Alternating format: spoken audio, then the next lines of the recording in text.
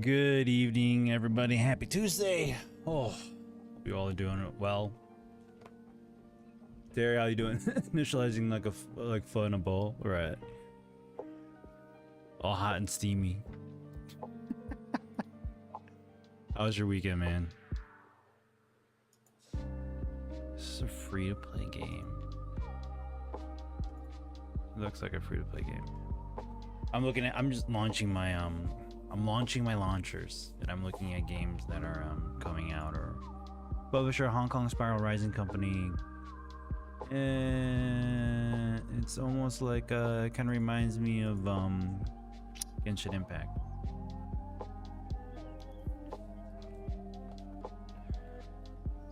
I'm doing good. Weekend was all right. We got to take a little bit of a break again, just catching up on stuff. It got cold at the end of the week, and now it's still cold, so there's all that. Tired from walking to and from art, but good. And you, oh, well, that's good. That's good. At least you're keeping consistent and going to it. I'm doing all right. Like I said, just recovering on just getting sleep and getting rest. I'm just trying to find like opportunities to do things, and it ends up being late at night and whatnot. So it's like a hit or miss for me, but it's all good. Let me see if I can do this. Create a lobby. So I was on my friend's stream the other day, and she had this thing called it's running in the background, I guess, and it's on Steam. It's called, what was it called? Something cat.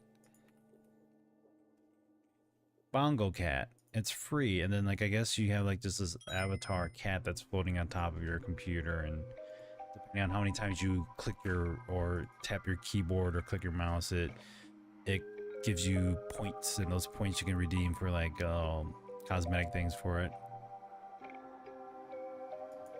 Yeah, only 4 more sessions of it now. Oh, bummer. Is it just like, is it based off of like a certain thing, like a certain theme, and then they just end it, and then they'll like offer another like art class or something like that? Is that how that all works?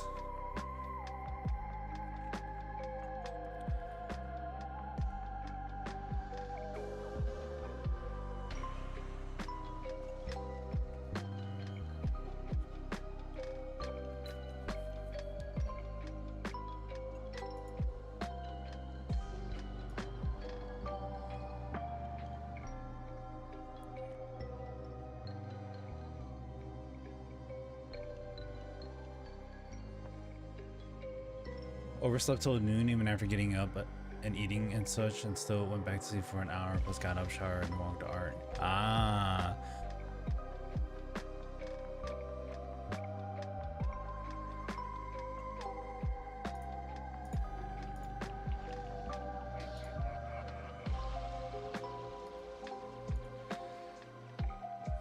Let me see if I can do this. How do I...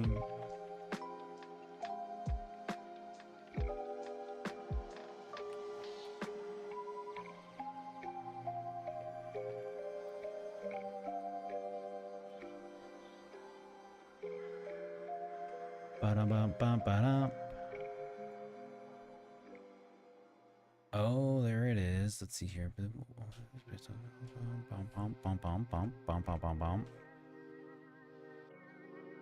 Oh, this is different. This is a bit different.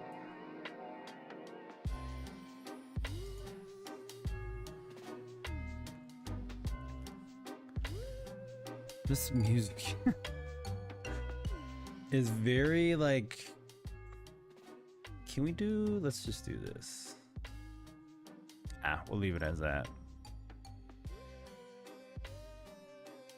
Let me see how we get this working. I've seen people adding it, but okay, your own bongo cats based on the artwork and meme about a stray rogue a friend while working hard. Can you add?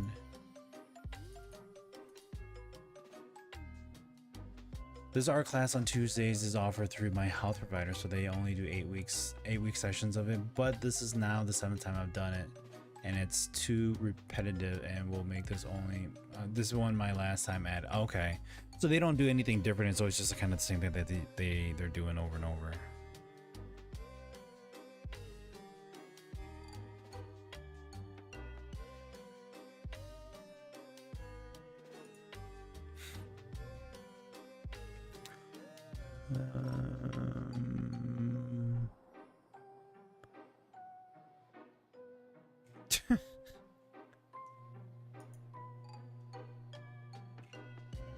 I thought you could add like people to your server. I don't remember. I don't know how to do that. I'm sure there's like a way where you like, oh hey, join my. But I don't. If I have to go through all that, I'm gonna hold off for it for now. Then, like if you leave lobby, create lobby, it's always a different lobby ID. 6 people. It's like somebody generates a new lobby ID and it's just the same thing over and over. I don't know how you do this.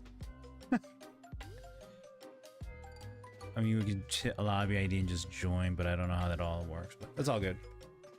I'm gonna let the mouse, or I want to let the kitty cat kind of hang out, and I don't know how I'm sure I can move him somewhere and do all this. Like, there's probably some setting that I can change this and push this over to like OBS. Destroy gaming norm. I don't know if there is OBS support. I don't know how this would work. Oh well. But so yeah. I was so I'm so like I'm at a roadblock with myself right now where I'm trying to I'm contemplating. Let me just straight it out. Let me just flat out say it. Not the instructor's part, more so her boss's directive. Like birch trees was the 3rd time I did it in this group. At this rate, I should be able to build one. That's hilarious. I see that. That's a bummer. That sucks. But going off on that, the thing that I'm contemplating about is Battlefield 6. And it's not that I have like this whole like the FOMO feeling of it. It's more like I love Battlefield, the franchise. It's been a game that's been in a way near and dear to me because I played it. It's just one that I enjoyed a lot when I was a kid. When I was younger, not a kid technically. But playing that, enjoying it, like playing Call of Duty. Call of Duty has really branched away from what they were originally, and I mean, sure enough, Battlefield, the latest Battlefield games, 2042 and Battlefield 5, that was kind of a hit or miss on those parts as well. So it's going to always run into a situation where the franchise loses themselves and they push more towards the directive of like what they think is good for the community, what's good for not technically the developers, but I'm sure publishers and those with their hands in the pockets of the consumers, just trying to find ways to make money, extra money without having to do too much work, which I mean that's what I feel like cosmetics are. At the same time, I agree that supporting a server to provide services of like multiplayer matches for first-person shooter games, it totally makes sense. You have to find a way to make up for that and find the revenue in order to support that part. Yeah, I get it. That's the world we all, understand and work with. I just realized this Corvette has Lamborghini doors on my wallpaper here, but that kind of where was I going with that? It's kind of a bummer to see Call of Duty get pushed into that direction where, oh hey, now you have Beavis and Butthead cosmetics or skins for your character. it was cool at first, but then it's just getting a little wild where you're now having that involved, and it's not that it's like, oh, you can't do what Fortnite is. Well, here's the thing, you're not Fortnite. Fortnite is its own thing, and you can't chase it. You can't do the whole it's a battle royale, we're gonna add Beavis and Butthead. Like I stopped playing Call of Duty just because, again, there's cheaters in the game. But I think overall, like the core root of Call of Duty has basically just dwindled down to, we're trying to just make this game look cool and make money off of people in a way. I feel like Battlefield 6 was a little bit of that too, but it was more Battlefield 6, but Battlefield, the franchise overall, kind of, I'd say, went towards that direction. But it always kept to its core aspect of, like, it's a battlefield. You're not just fighting in a enclosed location like Call of Duty. You're in this huge map and you're using, you know, equipment, you're using tools, you're using vehicles, all that to encompass like Battlefield as a whole. That's the whole reason why I love that game and I play it. Now EA selling themselves, or selling the company EA being sold to an outside, I forgot who they are, but just being sold like that, I'm always fearing of like the developers of like, okay, where are they gonna be, you know, 2 months from now? So I fight with myself on that. It's more of an internal moral than it is anything. Like I could be like, oh cool, like the game's still freaking awesome and it's great and I'm gonna buy it because that's my freedom and it's to my opinion, all that. Yeah, I see every aspect of it, but the whole core of it all is like, the reason why these developers did it was because they had a love for the game, they had a love for the industry, they had a love for doing this, and then suddenly somebody goes, well, I love that you love it, and I love that you made this game for my company or said publisher. Now we're gonna let you go because we made the money that we need to make. That's basically what I feel like is happening. And I had the conversation with Molly again yesterday and the day before about that, and like I told her, I said, this is what scares me, is that I found something that makes me go, I can't play video games anymore because of just this is how things are. And I never thought that was going to be the case. Like I said that to her, and I'll say it to you guys, I'll explain it here after I read up here. My Waypoint Guard group, it's a similar thing, but the head of it's been doing a good job to mix it up. That's good. Change it up, right? If you keep on doing the same thing over and over again, it's obviously going to get boring. I think the biggest thing I heard about Battlefield 6, no GeForce extension BS in it, making it that it's playable on all video cards. Oh yeah, I remember them saying that, like, oh, like, well, how come you don't have this and that, and like Nvidia, they're like, well, we're not going to cater just to Nvidia owners, it's for video gamers in general. I think that was neat to hear, and I think that's a humbling thing to hear from the developers, is like, we're not catering this to just be like, oh well, it's an Nvidia only game or it's a AMD only game. I think that's the one thing that stands out the most for me at the developers, or that not the developers but the companies themselves, AMD, Intel, Nvidia, is that like AMD will listen to you and they'll say, okay, well, this is what you guys are looking for, let's see if we can provide that. Whereas like Nvidia goes, hey, we got this for you. Well, I didn't ask for that, but hey, we got it for you, it can do this. And I think that's the part where again, this is more of a moral thing, and this is like I'm trying to just be like as respectful on that whole part of like, all right, I get it, like a company's there to make money, a company's there to sell, but like when you just start shitting on the consumers, it turns into a wild shit show. And that's what I've been seeing, and that's what scares me, is that when that becomes a thing where developers are being let go because they are just being tossed on the side because what, we're done using you because you made the video game that we needed and we don't need you anymore. That's just that's a shitty take, and that's not something I thought I would see 20 years ago, 20, 30 years ago. Like when I started playing video games, it was the whole, like, I'm playing video games because it's fun. I'm playing video games because I'm exploring a world that I can't explore in the real world. I'm dealing with something in life that I want to get away from, and I'm just gonna play this game that kind of immerses me into something else, and I enjoy that. And then I come back to reality and go back and do what I need to do, and you know, take care of things. And it was, let me just say this, about 15 years ago, 15, 20 years ago, was it 15? I'd say 15 years ago, maybe. When technology started getting better, when mobile app games became, mobile games started becoming popular and started becoming a trend of like, oh, you can make money by making a game and putting ads on it. I think that's when things started to take a turn for the worst.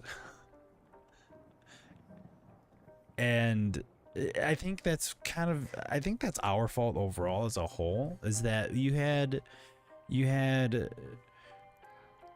people playing video games, enjoying video games for what they are, me for example, and then you had the developers that were like, hey, we want to make this game because it's cool and we want to bring this story to life and we want you guys to enjoy it. We want to share our love for making video games and all that. I think that was what the core was before, and it still is for developers. I think that core aspect of making video games is still to present you this world, to present you a story, and have you enjoy it, obviously for a fee, because they're making something and they put their heart, blood, sweat, and tears and heart into it.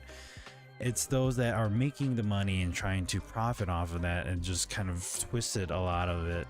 And that's where I feel like things went from bad to worse. Was, okay, well, you're now dealing with, okay, well, we got a crunch time, we need to make this and soon, and we want to throw this into the game because we think this would be cool. Publishers will do that, and I've heard stories of publishers saying, you know, we're putting our money into it and we want to put our input, so you need to make changes, and then that ruins the entire story of the game.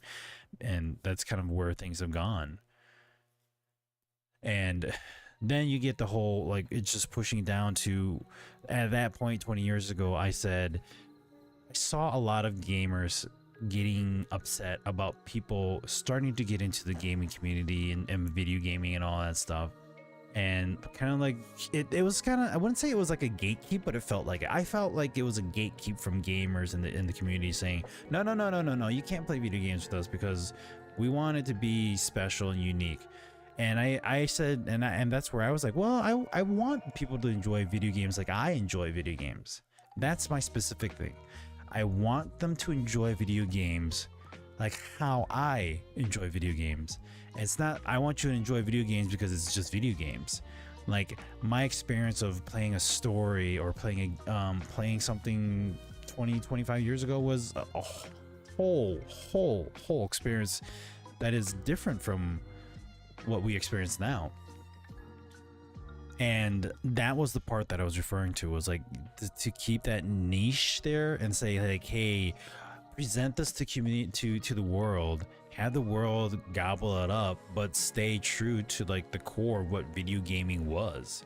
Like those developers back then, like the ones that I don't personally know, but I've talked to them before in regards to like certain things because I was going to school for game design. But like John Romero, the guy who helped make Doom, like that wasn't his goal. His goal wasn't like, I'm gonna make video games and I'm gonna be a billionaire. Have you ever seen a game developer that loves to make video games become like a billionaire and focus just solely on that? No. I think that's where you look at the differences on certain things. Some people are there for the money. Some people are there to make great games and share a story for the world. And I feel like that's where things break apart and things have detached from what video gaming was to begin with. How's it going, Jolan? Happy Tuesday to you, buddy. How was your weekend? I'm not sure if I hear it right either, but also you have to do a kill streak to get benefits. 3 kills get you a drone scout ahead of 5 kill streak triggers a tomahawk strike. I was like, that's so strange. Inside Battlefield 6, I know when it was like, I know when I was playing Battlefield 5, was it at the time, when you would send like your team, your squad, to go do certain things and like tackle like certain bases if it's conquest, and you would attack certain bases, and once you send your team over there, you would get a bonus if you commanded your squad to go and you know, capture the on the point. And then you would but if you didn't, you just get that standard like 150 points, and if you had your whole team go, you get 300 points. But then as you accumulated that as a squad leader, you could then call in certain strikes, and that was kind of cool. That was cool to see that you were able to like send a strike in at a certain location, and that was like, oh, this is basically what, like, you know, you would do in an actual Battlefield. So I feel like that's probably what they did, but then to say like 3 kills specifically, that is a little weird, strange. Finally, I'm not alone. I know. Yeah, my streams have I want to say my streams have dwindled with viewership, and I don't, it's a hit or miss. I think we're branching off of what we were talking about. But let me just make a note of this really quick, so then I can come back to it.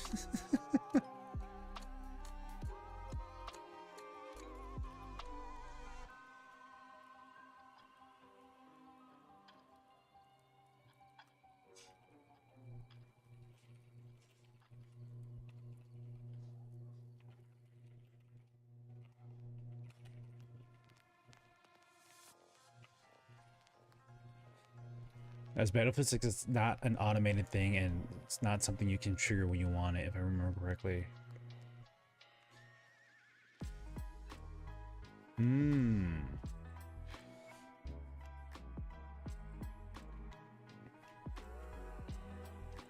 Interesting.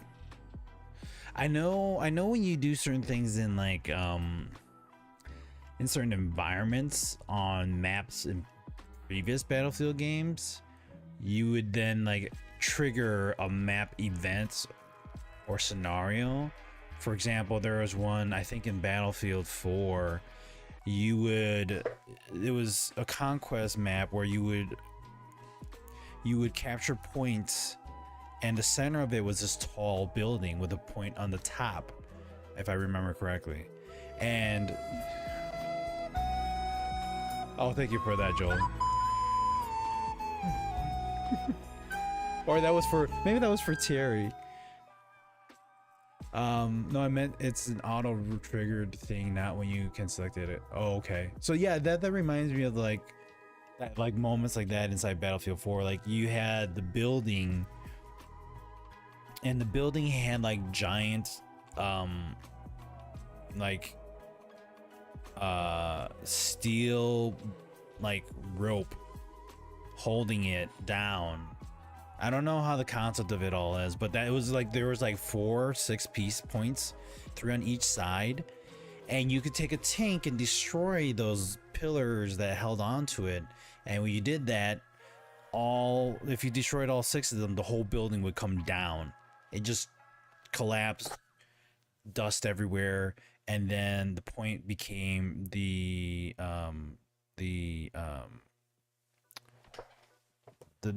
ruined area, the ruined building, and you would fight for that point there. Then, so that to see that happen, like to have maps trigger certain things like that, that's kind of neat. It was for Terry. Okay, I thought so. Like there's one too where I think it was like you would fight on island. I think you were fighting in the ocean, on sea. Let's just say on sea.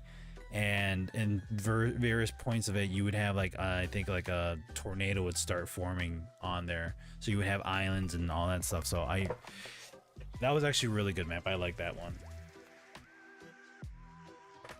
Okay, but going back on that, so the whole buying Battlefield 6 and like the whole me not playing video games anymore, I think that's the whole core of it all, is that I miss video games and the gaming community being what it was back then. It wasn't the whole, all right, we got you a new skin in this game, and it's $15, and now you can buy it for your character. And certain games, and here's the thing too, like it doesn't have to be that way though. It's all and I feel like it's common sense, so I don't say it. I feel like when I say it, people are just like, well, duh, Sunuchi. But I feel like, you know, it's the whole, if you didn't have servers that cost so much, you wouldn't have to have a high high operating cost for it. You know, like, oh look, you got the server, and like it's gonna cost this much money to keep the server up and running, and it's gonna cost this and that, and oh, remember cybersecurity being a critical thing, and hackers and all that, and all that, and cheaters. Well, you're gonna have to worry about that too. So make sure you purchase this and you purchase that, and then it all becomes this whole. It costs a shit ton. And how do you support that? How do you support multiple servers doing what you need to do, keeping that upkeep and the infrastructure of it? And then like still make a living. It's like the guy, it's like, I feel like it's like there was never a problem, but someone made it a problem and then they sold you the solution. Yeah, I'm sure we've all heard that before, but that, I feel like that's the case here. It's like, I'm gonna cause an issue, and then I'm gonna make money off of that issue because I'm gonna sell you the solution. It's like, oh, you got poisoned by this? This is a man-made poison? Oh, that's ridiculous. But I happen to have the remedy. I mean, I happen to have the, you know, you're gonna die from this poison? Oh, I have the remedy to fix it. You won't die. You just have to pay me for it. I must say, this weird AMD Twitch streaming situation, not sure what to think. As you had said, you thought they were not doing it for a while. Then as I posted Monday night, they're streaming on the channel a different mod. So it's there. I think they made 2 different Twitch accounts, didn't they? Or Twitch channels.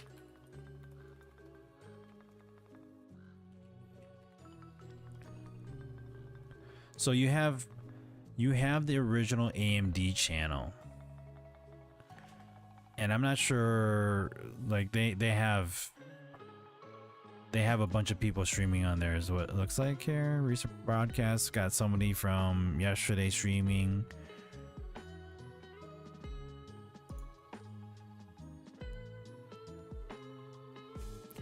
I don't know where they're going with this.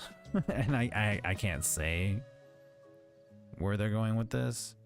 But it seems like they're kind of popping up certain things through here. I don't know if these are same AMD. So there's 2. There's an AMD one. So she's the technical marketing engineer. Okay. She looks familiar. So there's the AMD one. And then there's, if you go twitch.tv / let's see here, twitch.tv / AMDX gaming. There is an AMDX gaming one here. So there's this as well. This is AMDX gaming. This is a new channel that they created. And I have a feeling that we're transitioning from AMD to this. I think that's what's happening, and I this is just a hunch. I have no idea what's happening. I don't know a lickety split thing about what's going on and what they're doing, but I do know that they are transitioning to, or that they have this extra channel. They have this channel here too. And I don't know where it's gonna go. I don't know how they're gonna go about doing it, but that's that there.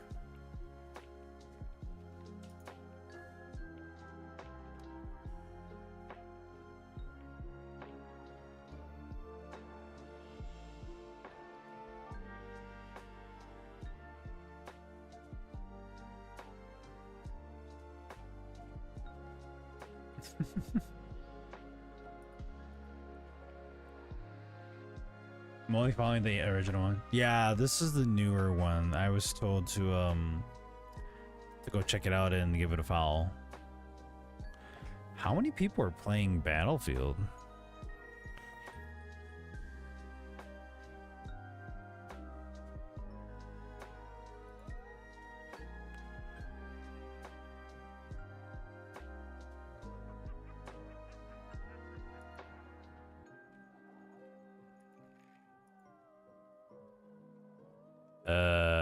Oh, interesting. Okay. I'm looking at channels on Twitch, and I saw this one called AMD_Black. I went to myself thinking, wait, that's a thing? Like AMD Black is, or not AMD, but HD Black, Western Digital Black. What's the account? WD_Black. Is that Western Digitals? I didn't know. Just followed it. Yeah, by that SS you sent almost sounds like they're doing the original one for hardware demo stuff, and then one more for game hosting only. Yeah, that's pretty much what I feel like it is.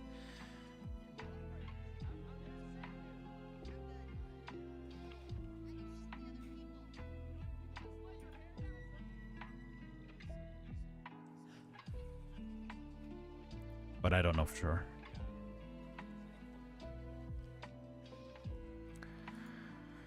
All right. How many people are watching Battlefield 6 right now? We have 188,000 followers and 87,000 viewers are watching Battlefield 6. Here's the thing though. If I'm going and looking at my follow channels here, there are 23,900 viewers on Shroud's account alone watching him play Battlefield 6. So of the 87,000 viewers right now, is that telling me that 23,000 of them are watching his channel only? It's kind of a bummer. The highest viewed is, yeah, it's Shroud. So, yeah. Interesting. The WD Black is WD's official Twitch channel. Huh. They're playing Resident Evil 5 right now. That's why I was like, wait, what are they doing? They're not playing that. They're not playing Battlefield 6 right now?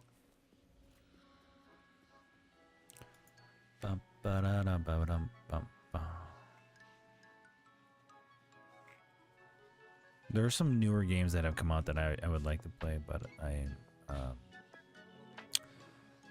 gonna put a hold on some of these games because I can't.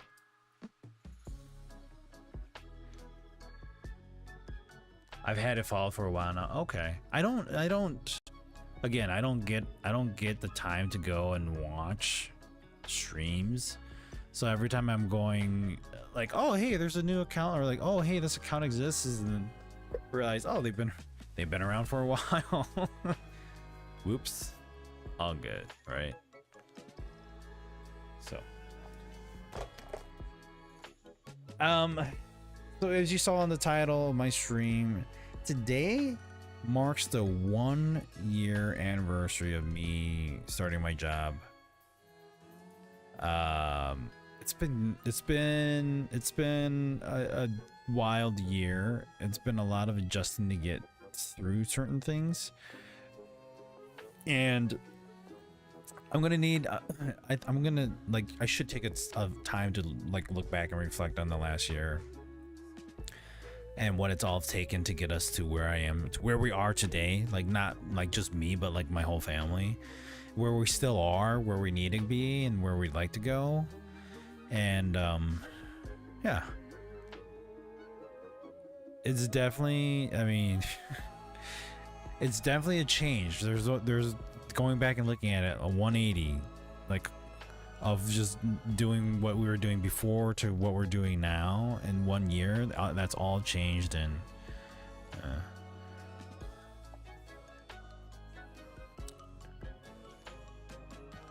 I didn't know there was a new Tron movie that came out, but now I do.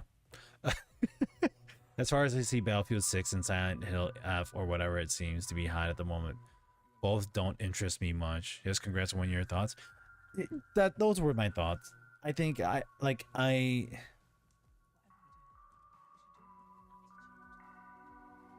is it really? Oh, bummer. But I feel like a lot of people are picky on movies nowadays. Like you can't make everybody happy, and like there's a lot of people that just are really picky. But yeah, I mean, if I'm going back and looking and reflecting on my job and what I do, I'm enjoying it so far. It's not crazy for me right now where it's overwhelming and I'm just like too much stuff to do and too much stuff to deal with. I'm fine doing this job, and I don't have a problem with it. I like it.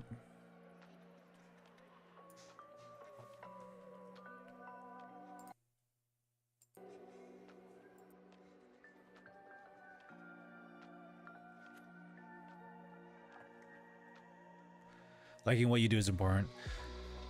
Make everyone happy. You are not not necessarily everyone, but you know, certain people. But going off of like the whole like doing like liking what I do is important. It is, and I mean it's not like if this was like a job that I did on like,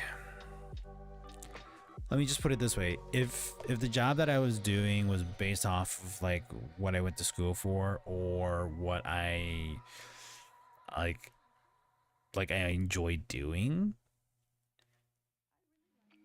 it's up there with just like being able to do the job. It's not like a whole like, oh I love it, like to the point where I'm like, for like my dream job would be like making video games.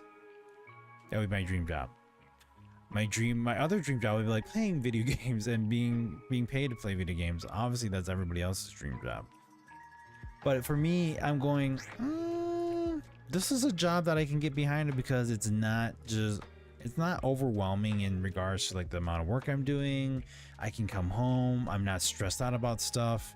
I'm not going, holy cow, how do I resolve an issue that I can't resolve because I don't have the necessary resources, or I don't have the solution because this is like a whole new thing. Like the definitely there's definitely a change in regards to like if I was a developer and I was programming something and I'm making something brand new and I gotta make it work a certain way and I can't do it because I have to find a solution for it. I'm not dealing with that, and I'm not saying that would be something stressful to the point where like I would hate to do it. I think if I'm doing it already, there is that dedication. I'm there to find a solution. I'm not doing that right now, so I don't want to deal with that right now. That's the nice thing. Now, eventually, like I said, like I would like to make a video game or something, some mobile app or mobile game, and just kind of like be like, I did it, nice. But now is not the time. Definitely not the time. Tron Universe invading into the real world was a concept that people wanted over a decade ago, which is why it's failing, I believe. Oh, about a decade ago. Okay. The only lady you gotta keep happy is Ms. Molly, and the kids come second. Yes, it's true. I'm curious about Tron Airs, but I don't like that it doesn't continue with the guy Garrett Hedlund, I think. Yeah, isn't it like is it like a whole, from what I just saw briefly in regards to the trailer here that just popped out, it's like completely different from what it was before. Like it takes a different approach. It just kind of puts you in that Tron like world. Liking your job is important, getting paid fairly to do is important for liking it as well. Not overburdening as well keeps you happy on the job, right? Job versus your previous one sound like your better place to be, plus location as well. Yeah, location, I mean, being here and having Molly be treated for certain things and to have really good health care, we're really grateful for that. We're thankful for that part. The previous job, I mean, like, so if we're talking about previous jobs, there's two. There's the contract that I did working remotely. I actually enjoyed doing that one because it wasn't as stressful. There were some things that I had to deal with, but it was like, you know, I was working from home, didn't have to drive in, didn't have to do too much of interacting with people, which I mean, it's not, no, there's nothing wrong with that. I interact with people every day and I don't have a problem with it and fine with that. But it was working remotely that was that kind of like the, oh, that's nice. It was a nice to have, you know. The previous job before that, that was more stressful. I think the help desk support and small team trying to resolve problems for a, you know, high valued company, shall we say. So it was always hard for me to be like, all right, I gotta figure out the problem, and if I can't figure out the problem, then I'm stressing out about it. I'm sitting there at home thinking, and I think I've come to the point of realizing now, like, where I stand in my life, I don't want any of that. I don't have to deal with the challenges, or like the, not a challenge, but like it's a challenge. The challenge, the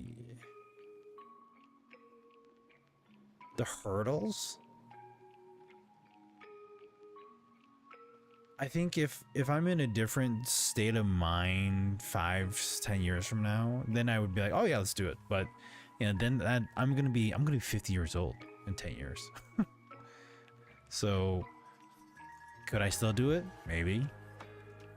We'll have to see. Jared Leto, or whatever his name is a rogue AI whom find a way into the real world, realizes how different the worlds are. Other way to follow him and take over reality. Other want to follow him too. See, and that's the thing too. It's like Jared Leto. I'm not a fan of Jared Leto. I'm a person that's like I don't know if I can support. I don't know if I can support that. That's not a thing I think I can do. Like supporting someone who's kind of a bad influence, a bad person. Is that just me? No, it's not just me.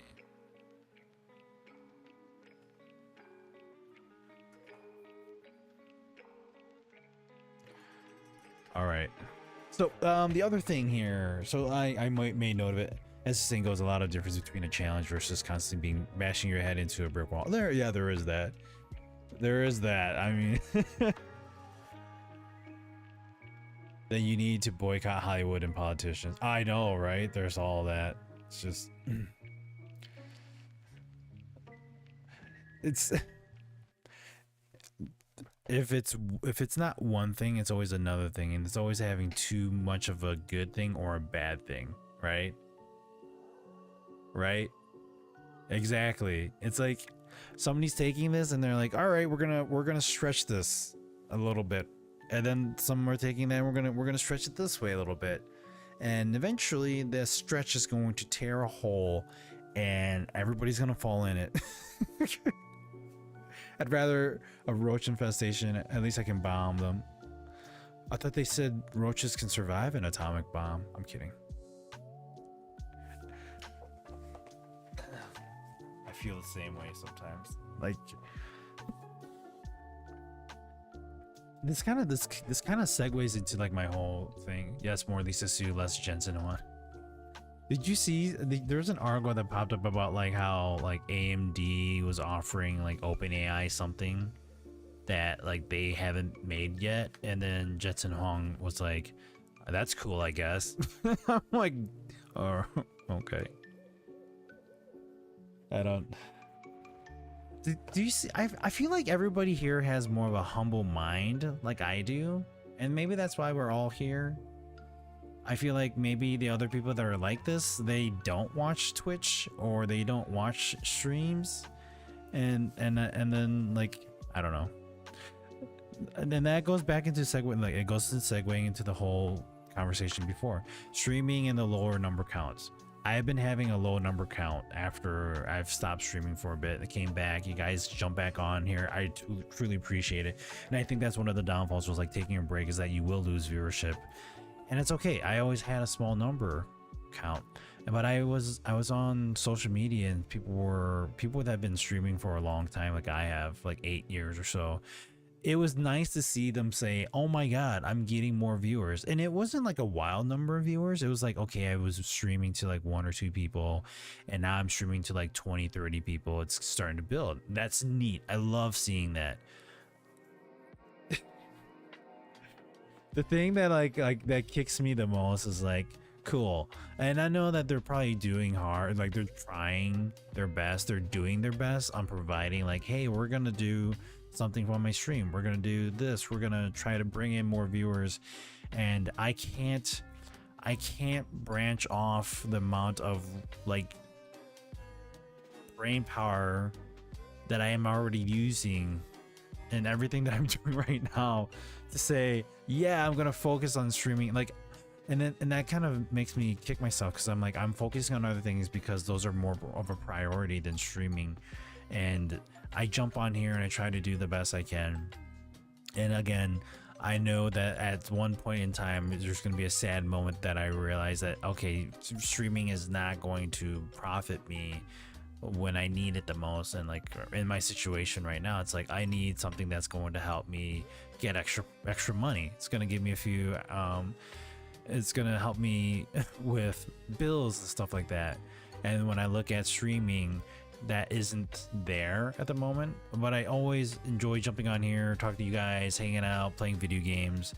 Like that's where I can finally dedicate like time. And I think I need to do that with like my content. It's like providing time for it, so then the content is legit. And that's the thing that hurts me the most, is because I'm getting time into streaming, but then the streaming doesn't do anything. So I feel like, do I put in the content or the time into other content like social media content, so videos are up there, versus streaming live? Streaming live is I'm putting 4 hours into playing video games, but then it's just me playing video games. So it's hard for me right now to kind of go, all right, I want to do this. And the reason why I'm still doing it is because, and it's not that like, oh, well, I'm going to lose my opportunity with AMD and the things that are happening right now.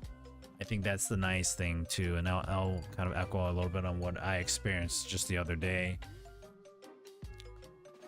I don't know about Terry, but I'm here for the food and the posters above your head. The food. My wife, Molly, just made some food tonight that was really good.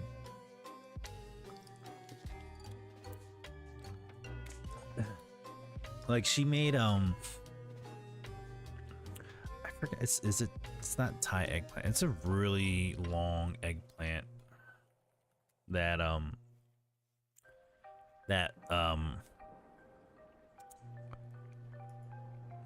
it was like a really big eggplant. I gotta figure, I mean, maybe it's just an eggplant, it's just a bigger version of it, a different genus, species, shall we say. But she took that and she made a dish out of it. Really yummy. And I haven't had that in a while. I should have. I'm not having dinner tonight. I could have brought it. It's a Chinese eggplant, I think. Chinese or Japanese eggplant. I'm looking at this right now. You have Chinese eggplants, which I don't know. I can't differentiate the size of this eggplant. There's that, and then there's the Japanese eggplant. I feel like it's a Japanese eggplant because that's actually like the length of the eggplant. Indian eggplants, Thai eggplants are actually a green style. These are actually really yummy. They're harder, they have more seeds in it, but it's freaking yummy. Yeah, it's like a Japanese or Chinese eggplant. The funny thing is if I'm looking at like the shape of the Chinese eggplant, it is not the same as what I've seen like that we have. The eggplant that we received from Molly's aunt is more Japanese like. It's elongated, bigger bottom. This one is like more straight, like it's the same. It looks like a cucumber basically, just kind of tinted purple. I feel like. But this looks more of like the eggplant that we've received. I think it's actually a Japanese eggplant. They're very similar to Chinese eggplants. They do have darker skin and more similar to American and Italian eggplants. However, Japanese eggplants, like Chinese eggplants, have a tender skin and it has a sweet flavor as they're also seedless. I think it is a Japanese eggplant. A thing to note here, though, is that they do get a little more bitter as they mature, so as you prefer a sweeter taste, you may want to find a younger Japanese eggplant. Also, as previously mentioned, cooking-wise, you can substitute Chinese versus Japanese eggplant as they have similar taste and texture. So Chinese and Japanese eggplants, I think they're almost one and the same then. I mean, they are closer to each other in regards to geolocation. I'm here for various positive reasons. I'm not hoping for Sunichi or Molly to find me a nice Mongwai, but I wouldn't mind that if they did. It's funny, Terry. I'm not in that business, I'm sorry. Another cute round eggplant is of the Thai variety. Thai eggplants look the most different from those other eggplants. First time I saw it, I didn't realize they were eggplants. I didn't realize they were actually eggplants too, but that's what they're called. They're more bitter than American eggplant, especially the seeds. But if you cook it with like certain dishes, like more of the Vietnamese and Thai dishes, it like blends and it softens up. It's so freaking good. Like you just bite into it. The next time Molly makes a curry dish with this Thai eggplant, I will show you guys what it looks like. It's delish, and that's what we need to do. That's what we need to do. Molly's not on right now because she's resting, but we should do cooking streams. That's what I was talking about doing for a long time, and we haven't had the time to do it. That's what we should freaking do. Oh, we got a plan for that. I have a house now. I should do that. Derp. Oh well. We'll get that sorted out eventually. But so yeah, so low number counts again. That it's in a way a dissuasion for like it doesn't dissuade me from streaming because like I have to find a profitable like side business or a side job. Like I gotta make some money here, and I'm looking at like ways of doing it and looking at, you know, there's the benefit of streaming because that's who I am. That's what I love doing. Entertaining.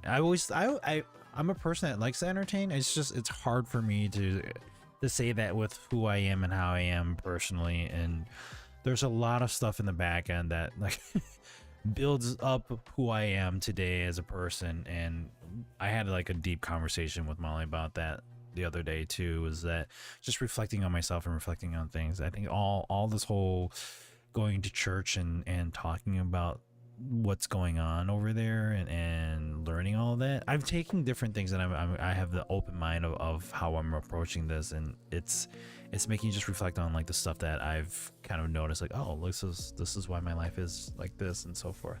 The coroner's hiring, yeah. Not my corner. Eggplant is a low-calorie, high-fiber vegetable that is rich in potassium, manganese, folate, and other antioxidants, particularly the anthocyanin, niacin found in its skin. It's a good source of vitamin C and K, as well as other B vitamins and minerals like magnesium and copper. Eggplant contains very little fat and are cholesterol-free. It's funny when they say cholesterol-free. It's like, I don't know, usually isn't like meats. Aren't meats and nuts reference to cholesterol? Yo, Bomber, how's it going? I just saw your messages right before I started streaming. I don't get on Twitch often, so I apologize that I didn't see it until now. But you were streaming yesterday? And you were playing some Battlefield 6? That's awesome, dude. How do you like it? It also has protein. Yes! I'm always looking for food that has like extra protein. I've been getting back into working out, so my routine has been a little off-centered in regards to like dieting properly. So as long as you film, it's technically not processed. It's photography. Photography.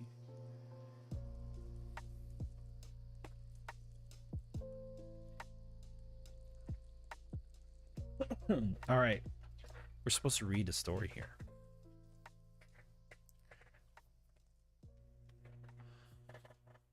Eggplant is seen as a meat substitute, basically. Is that what they say? How much protein is in? I mean, I don't think it's a wild amount.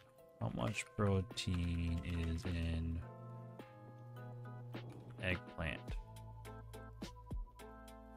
0.8 grams in 1 cup. It's not bad. But it's at least it's getting you something. A little bit of something. It's a whole cup. That's a lot.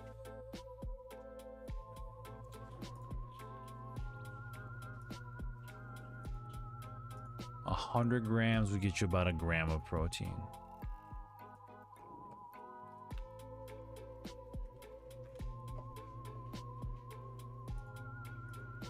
I'd rather eat chicken. Yeah, you're right. Maybe, right. It's okay somehow, but there's still, as of today, only 2 real battlefields, Battlefield 3 and Battlefield 4.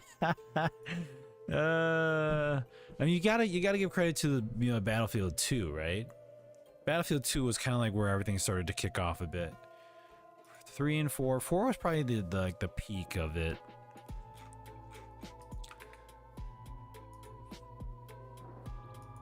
What's not really good, Foxy?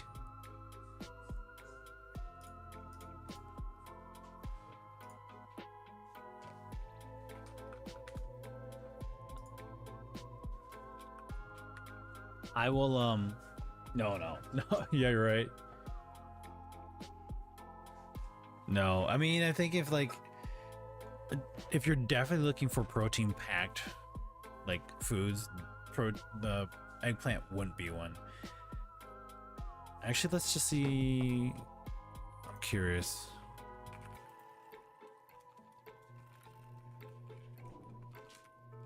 Highest protein vegetable? Lentils. It's always a vegetable with the highest protein content is edamame. A cup of cooked edamame contains approximately 18 grams of protein. Other vegetables with high protein content include lentils, green peas, chickpeas. Green peas, really? Chickpeas have 15 grams per cup. So like lentils and chickpeas and lima beans are probably the next closest thing in regards to protein. I don't mind edamame. Edamame is actually really good. It does make sense, Malmer. You'd be better off eating. I'm gonna go learn how to ride a motorcycle, and I'm gonna go driving around with my mouth open. The problem is you apparently need like 46 grams of protein per pound of weight. As I read a while back, being diabetic, I should be trying to eat more protein. Yeah, they say, I think it's 4 to 6. How many grams of protein should you eat a day? A recommended dietary allowance of preventing deficiency of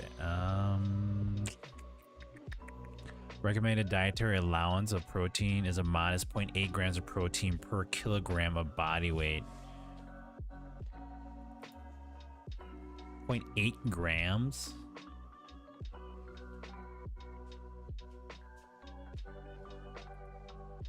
I guess how much do I weigh for a kilogram? Because I hate...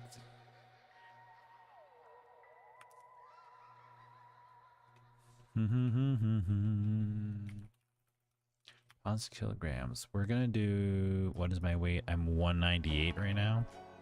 So 89 kilograms. So we're gonna go... It says 0.8 grams per kilogram. We're gonna go 1 gram per kilogram. Probably the best, easiest way of doing it. So I would need 90. I'm 89.8 kilograms. So 1 gram per kilogram, I would need about 90 grams of protein.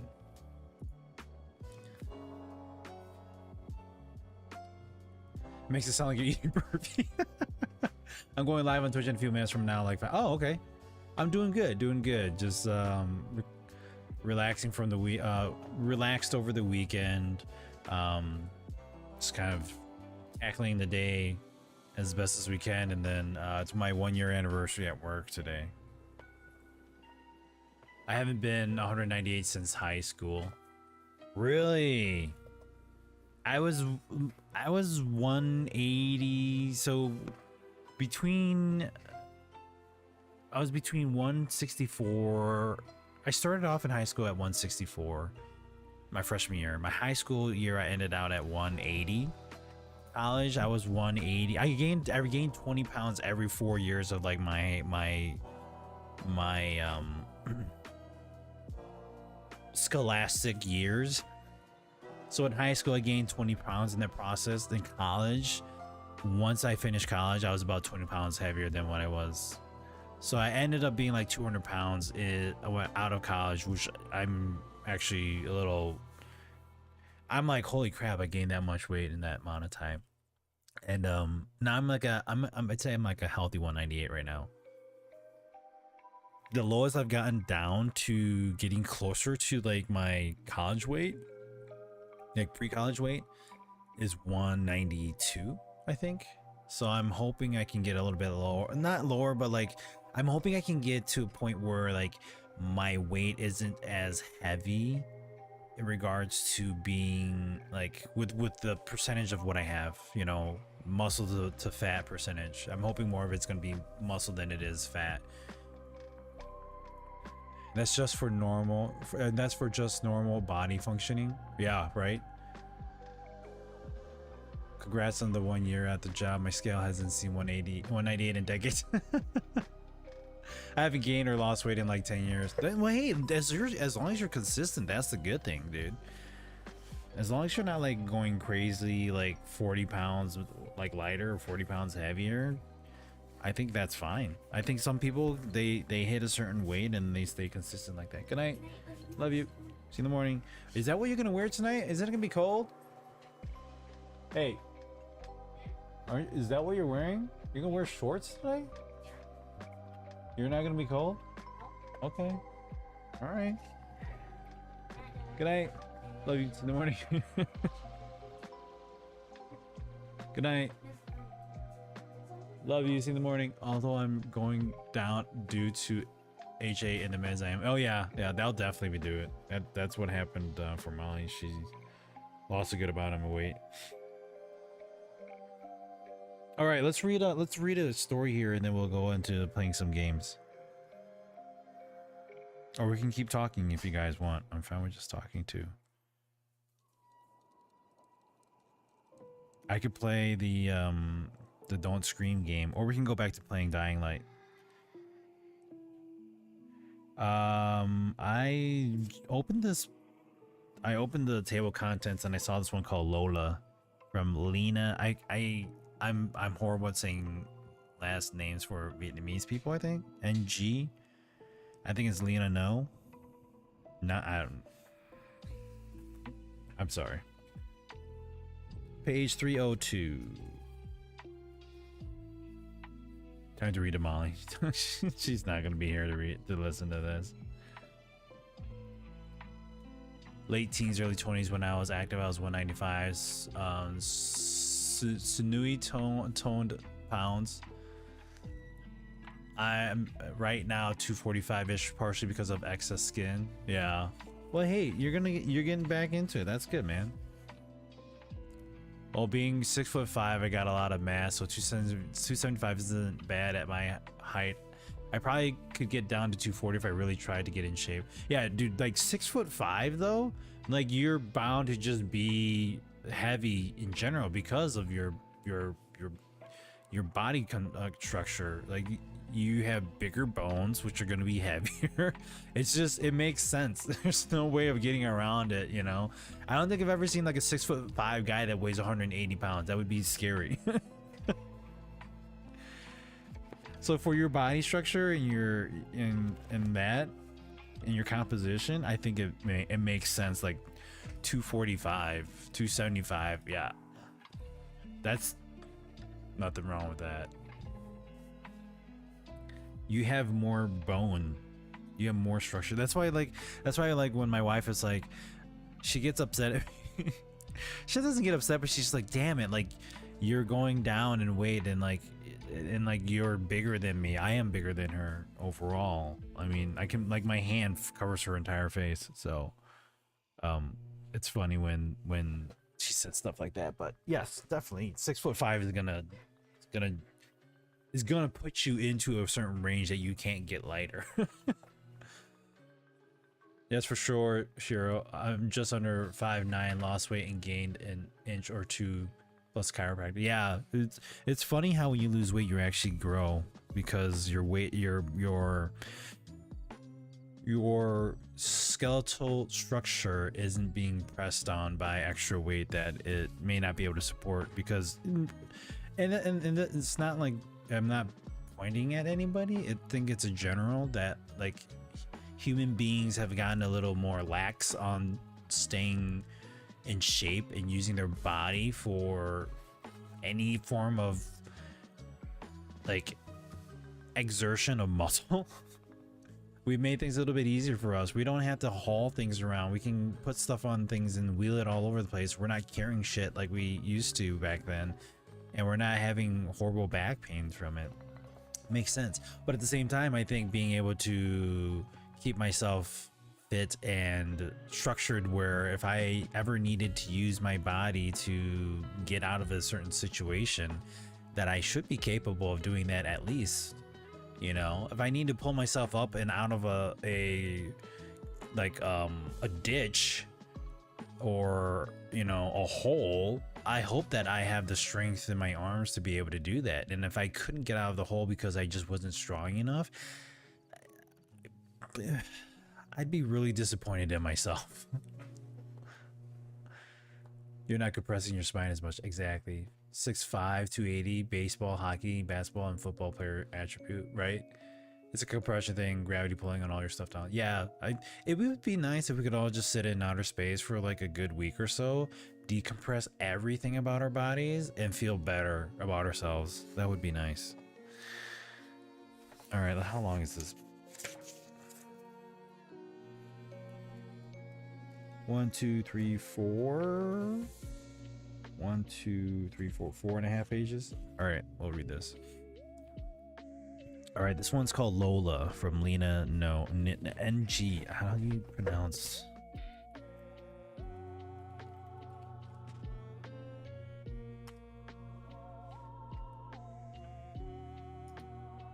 In English, Ing. Ing. Ing? Ing. Oh. Lena Ing is her last name. I'm sorry, Lena, if I ever bump into you and encounter you in real life. I apologize, which I don't know if I'll ever, but still I'm going to apologize. As much as it would probably feel great to decompress, I don't want to be taller. Dude, I bet you it is hard to, like, get in cars and everything. I don't know. I'm not saying that it's not common to have, like, that it's not common that there are tall people, but I feel like I know more tall people in my life than others. Like, of the amount of people that I know. Like, my colleague is like 6'5".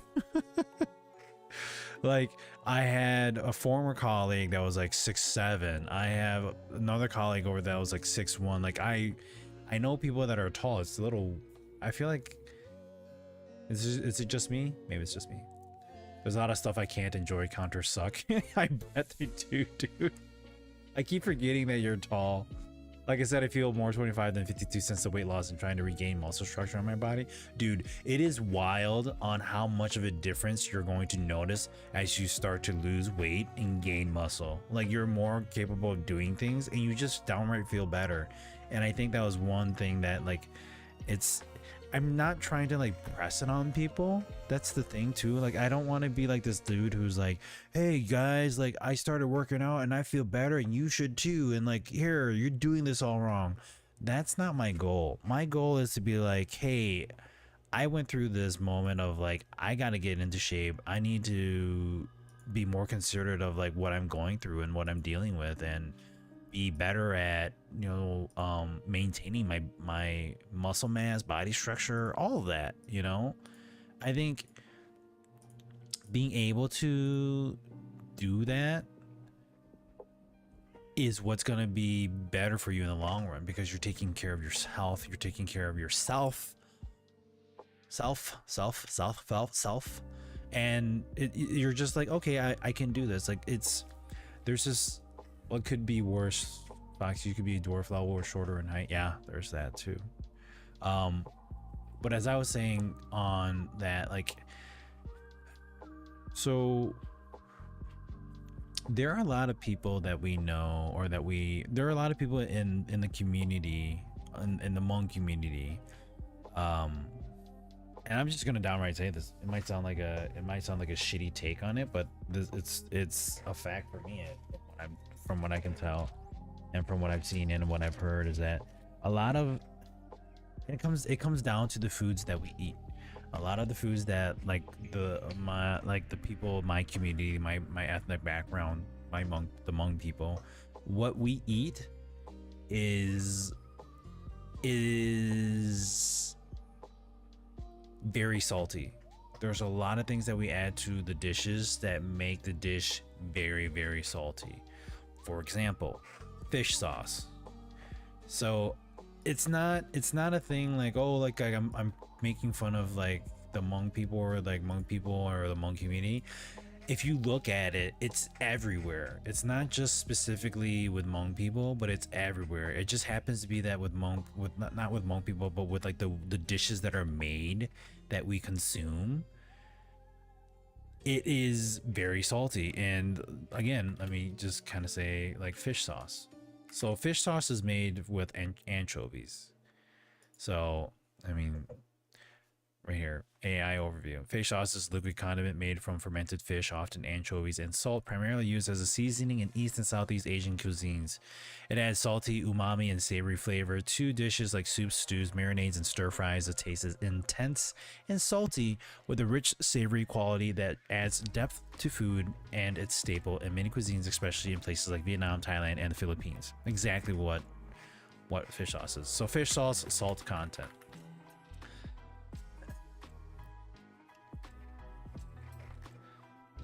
Exercise, being active, releases positive chemicals in our brain that also overall help not just physical health but mental health too. Yes, there's that too as well. Even just the smallest thing of doing something is going to help you. But this is a single tablespoon of fish sauce right there. If you think about it, that is 58%. That is 58% of your daily intake that you should be taking. In 1 tablespoon of this, you've already taken 58% of it. That's how salty this stuff is. And right. So here's the thing too. So and if I go back and we look at things, that's when I start realizing this. So Thai chili peppers is used in a lot of the dishes that we eat. It's used in, you know, places left and right. Not necessarily all the time, but there are things also where if you do like let's do Thai chili pepper sauce, or I guess it's not, it's like a dipping sauce. So this is basically it. Homemade Thai sweet chili sauce recipe. Okay, so this is a style of hot sauce that you can do. Varies on the things that you can add to it. In most cases, it's just a basic Thai chili pepper crushed and then thrown into fish sauce. That's like the basic and easiest way of doing it, and that's what I used to do for my parents and for us when we were younger. We would dip our foods into this, like, so you would take like meats and you dip the meat in it, and it makes it tasty because of the fish sauce and the pepper. You would maybe make it, and then you pour it onto your food, or you like kind of like top your food off with it. But it's fish sauce. It is straight up fish sauce that we used to do. It would just be, so right here, rice vinegar, water, sugar, fish sauce, rice wine, dried chilies, sriracha, cornstarch, ginger, garlic. This is a variation of what people can do. The basic of it is Thai chili peppers crushed, fish sauce mixed, maybe add some water to dilute it, but that's what we would do. And we would dip our food in it, we pour it on our food, and we'd eat it. And if you're taking a tablespoon of this and you're pouring it all over your food, you've just added 14 milligrams of sodium on top of what might have already be a dish that has salt in it. So now you're consuming on top of each other. And so I'm noticing that the dishes that I used to eat when I was younger just have so much sodium in it, and it is causing problems for the members of my community. I'm hearing people having strokes. I'm hearing people having heart attacks. I'm hearing people passing away at younger ages because they just keep eating the dishes that have been just an everyday thing for them, and they don't realize that there's just so much salt intake, or it's just unhealthy eating certain things. So not good for someone with dialysis. When my mom was getting dialysis, 1200 milligrams was like max daily intake of sodium. That looks good. Yeah. And that's the thing, like that Thai chili pepper dip, it's so freaking good when you add it, because you got the fish sauce, you got the peppers, you get the spiciness that you're looking for, and it just adds like extra umami flavor to it, like they said. But 1400 milligrams in 1 tablespoon, that's the kicker. That is a hard kicker right there. I got some fish this weekend, got 2 salmons and 7 dungeon crabs. It was pretty good day out in the boat. Sweet, dude. How did you catch the Dungeness crabs? Was this out on like a lake, or were you like? I would love to grab salmon and Dungeness crabs just like that. No one wants to put down the salt though. No, nobody wants to put down the salt at all. And I totally get it. Like, it makes sense as to why not. I mean, it adds extra flavor. It makes dishes taste great. I think the only thing that we need to do is find, not necessarily like a substitute for it, but something that could reduce the amount of salt intake but increase the flavors. And I think there are, what is it called? Something that I bought that I haven't used, but it's like, it doesn't have any salt in it, but it's got all of these herbs that add flavor and potentially saltiness to it, but it's not just straight up salt.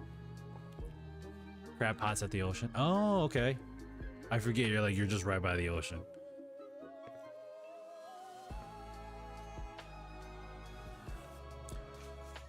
That's why college kids have been having kidney failure in the USA, because of the instant ramen noodle crab and hamburger helper. Some of them have 25 per serving of it.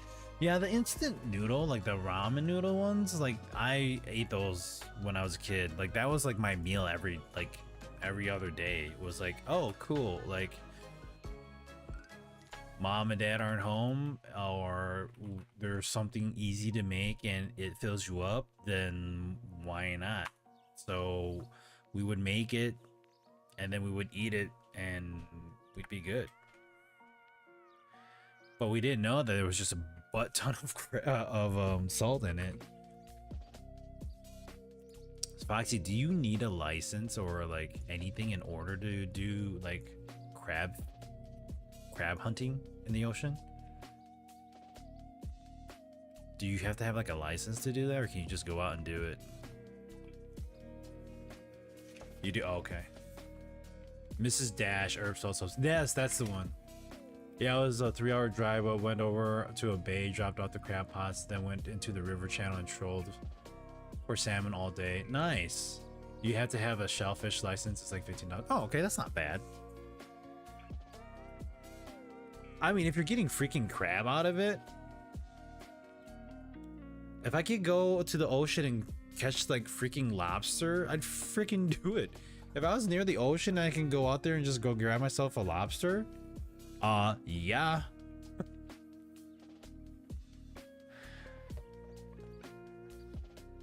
All right, I'm gonna read you guys this story here. It's called Lola from Lena Ing. All right.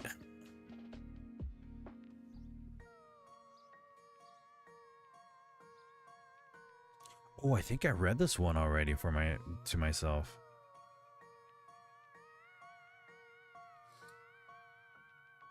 Yeah, I think I did. But it's okay. I don't know if I read this to you guys too then.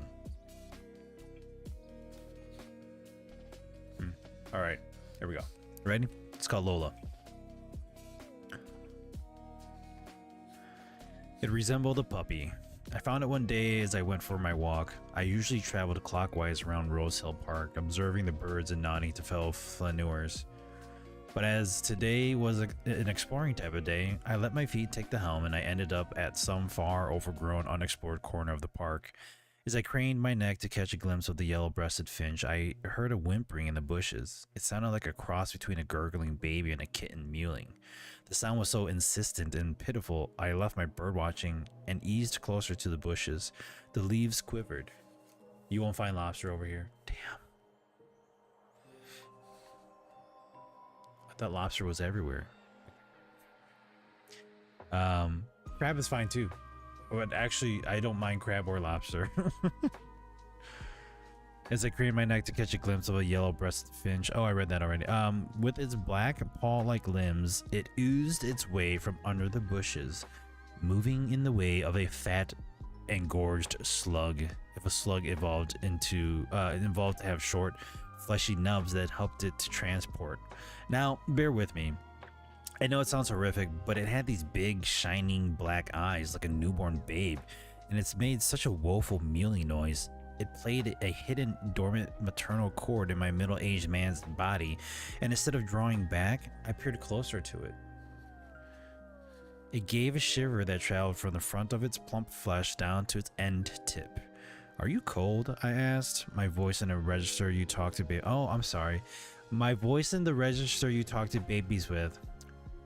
Aw, are you cold? What the fuck, dude? Alright.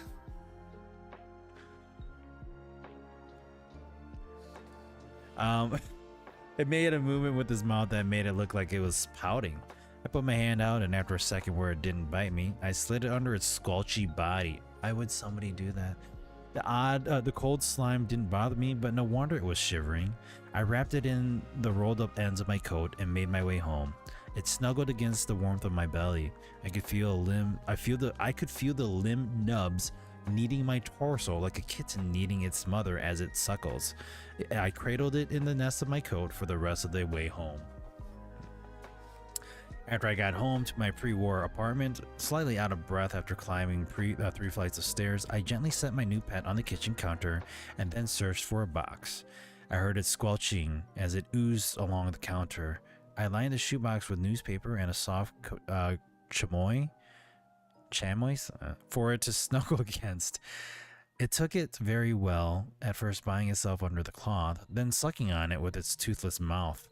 It looked at me with its marble, shiny eyes. All the while, I tried to come up with a name. Martha? No, too straight-laced. Carol? That didn't seem right either. But as I kept looking at my new pet, a name arose unbidden in my mind. Lola. That was its name. Lola, I whispered. It mewed in reply. I stared into its galaxy-deep liquid eyes, and after a while, the noise sounded like my name. Sydney. Like it read my thoughts and pulled my name out of my mind. After this acquaintance, I ran my fingertips over its glistening head and gave it a trilling purr. And it gave a trilling purr. No, thank you. Later that day, as it was our Wednesday habit, I met with my old friend Gloriana for afternoon tea at their Waterland Hotel. We have been friends from our college days when I was the assistant editor of the Varsity Tribune, and she was the gossip columnist under a nom de plume, of course. Darling, she said as she arose from the table, kissing both of my cheeks. How lovely it is to see you, and what a charmingly colored bow tie. I had picked up a deep magenta silk to go with my large, round plastic spectacles. The tie's bright color was a statement piece against my white three-piece suit. We were a fashion-conscious people. Okay. Straddling the line between trendy and ridiculous. She wore a draping bat-winged dark purple caftan and looked chic as always.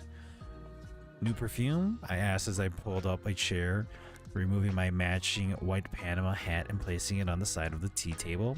Astute as always, she replied. The waiter came with a tiered cake and sandwich tray, and with my old-fashioned manners, served Gloriana her choice of cucumber and cream cheese finger sandwiches and scones using the accompanying pair of silver tongs. Now, she said as she buttered her scone, her diamond pave bracelet glittering under the lights, have you heard anything from Nadine? Although her gossip columnist days were long behind her, Gloriana is still a magpie for any information, no matter how small. The miniature berry tarts were delicious, and I finished the last morsel. What's there to hear? I replied, and after patting the linen napkin to my lips, I refreshed both our cups. She just got back from time to feed Lola. It's an asterisk. It's like it's in italics. It's in italics, so I don't know where it's coming from, but I think it's coming from his brain. From where? Asked Gloriana. Her powdered brow creased as she leaned closer to me. I blinked twice and realized I sat frozen with teapot in hand.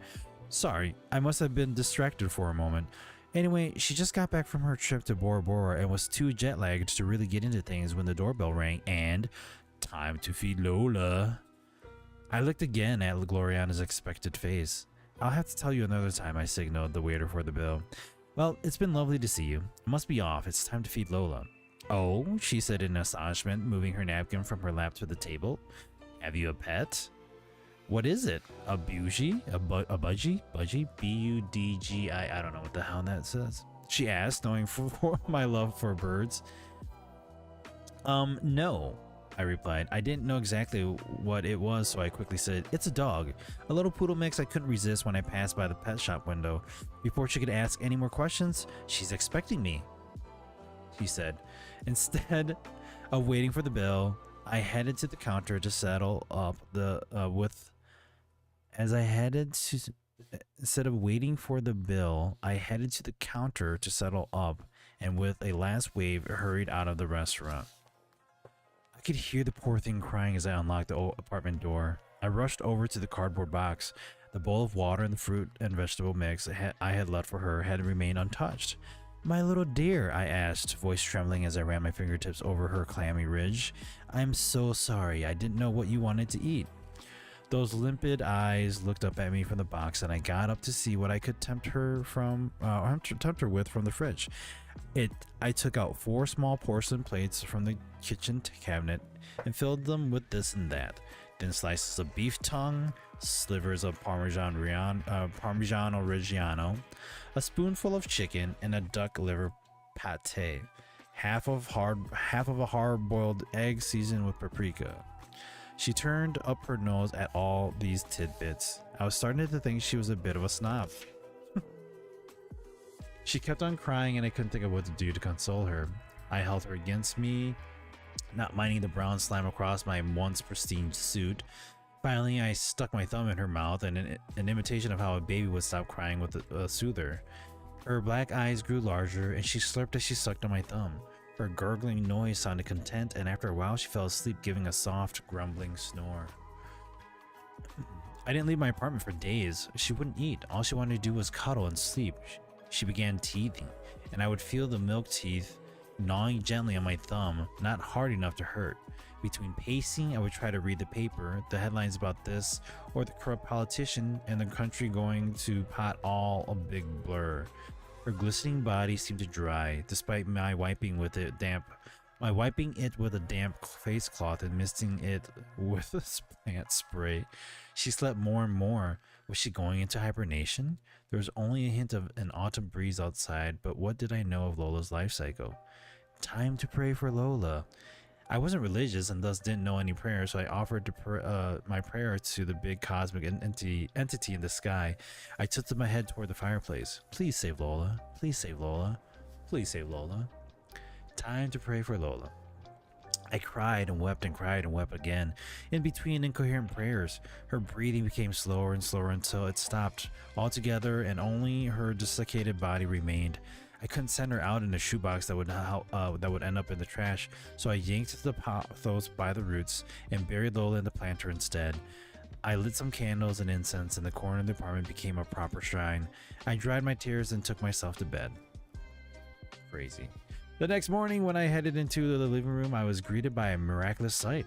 A plant, glorious, had sprouted its green tendrils. Overnight, it developed a thick trunk with a tree braiding branches that stretched and grew up the corner wall. Its vines like pulsing green veins, creeping along the ceiling. The ends of the tendrils curled and waved like seaweed in the ocean. It seemed like a sentient vegetation. As I was admiring its turn of events, time to pray for Lola. My legs moved on their own volition. I dropped to my knees in front of the massive plant. I prostrated myself before it. I kissed the green base where it emerged from the soil. I rubbed the nubs that ran along the sides of her trunk. I felt their movement beneath the green skin. Time to pray for Lola. I stayed there the entire day. I didn't want for food or sleep. I was nourished by her. She was all that I required. I hugged the planter until I knew that she kept sleep before I hugged the planter until I knew that she slept before I tended to any of my body's needs. I didn't want to go, but it was Gloria's 50th birthday again. I had missed 2 previous weekly teas, and I didn't want her sending out the search party. Lola wasn't yet ready to accept newcomers. The time wasn't right. Gloriana opened the door with a coral-lipped smile and waved me in with a red-nailed hand. She had just had her hair set by the looks of things, and it curled in a light brown perm at the top of her head. We made our way into the opulent living room, which bordered on tacky, all-gilt mirrors and Louis XIV style furniture. Nothing like excess, she always said. It was the usual bunch of ragtags hovering about in her finery. Bunty, her imperial gaze, barely acknowledged me, with her new third husband, Cliff, or was it Biff? It really doesn't matter, stood by the fireplace sipping their cocktails.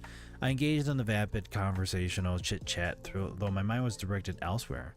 At 8 o'clock, the caterer started to bring out the food, and a dozen of us seated ourselves by the placeholders at the table. The meal was splendid, since Gloriana's tastes were quite discerning, but it all tasted like chalk. The courses could not come out quickly enough. The soup, salad, amuse-bouche, it was all too much. I was eating as fast as I could, dizzy, and before the cake arrived and before I could stop myself, I blurted out, "Time to go home to feed Mother." The room stopped and all eyes turned in my direction. Gloriana looked at me strangely. "But Sydney, your mother is dead." I put my hand over my mouth and gave a small laugh to cover my slip of the tongue. Lola's new nickname. "You call your dog Mother?" A flash of rage stunned me silent. The sound of my heartbeat drummed in my ears. When I found my voice again, I said, "Don't call her that. She wouldn't be offended to be called a dog." Gloriana tilted her head quizzically to look at me with heavily made-up eyes. "Isn't that your new pet? If it's not a dog, then what is it?" "You wouldn't understand." The party remained silent as I pushed back the chair, grabbed my coat, and took my leave. I didn't care if this was the last time I saw the lot of them again. I got home and ranted to Mother. She roasted her branches in her infinite patience, her presence looming over me like a giant green umbrella. "She called you a dog. I can't believe the disrespect." Mother looked at me with her understanding, and peace washed over me as I saw her projected visions. I sensed what the future held. Time to visit Mother. I knew there would be a knock before I heard the rap on the door. Gloriana stood at the door, draped in cashmere and wool slacks.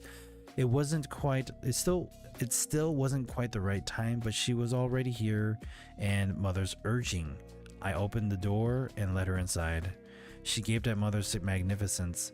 The ends of her tendrils had fledged brown, slug-like masses, and the nubs of the trunk had developed into eyes. Gloriana, in her shock, had for the first time lost her words. "Isn't she amazing?" I asked in a hushed, awestruck voice. I wouldn't have believed it. "Is this Lola?" asked Gloriana, crouching at the pot's base and running her manicured, bejeweled hand along her trunk. I nodded, both of us pleased at Gloria's reaction. "You can call her Mother." I excused myself to go to the powder room. Mother wanted to spend some alone time with Gloriana, and I didn't want to see what would happen next. I don't have a strong stomach, I'm afraid. After what I had thought a suitable time had passed, I returned to the living room. Gloriana had disappeared. Not even her clothes remained, nor one drop of blood was spilled at the scene. Some of the trunk eyes glittered with the colors of jewels. Mother purred. One of her leaves unfurled, and in her gratitude, she presented me with a gift. I took the round fruit with both hands, bowing my head in appreciation. I took a bite of the apple like meat. When its skin broke, a burst of powdery spores flooded my mouth and throat. I held back my coughing. I wouldn't want any of Mother's seed to go to waste. I could feel myself emptying out, making room for spores and galaxies and entities and green alien-like vegetation growing all over the world. All-encompassing Mother. Despite my clothes, I could feel my legs fussing together like a giant root. Beneath my skin, the tendrils unfurled. I could hear all her thoughts. She could hear all of mine. Lola's my mother. I am Lola's mother. I am Lola. Lola is me. I do remember reading this one. This isn't Lola. This is The Last of Us. That was the beginning of The Last of Us. All right, so that was Lola. Again, I read that one. I think I was buying the book, and when I got it, that's the one I stumbled on and read to myself. So.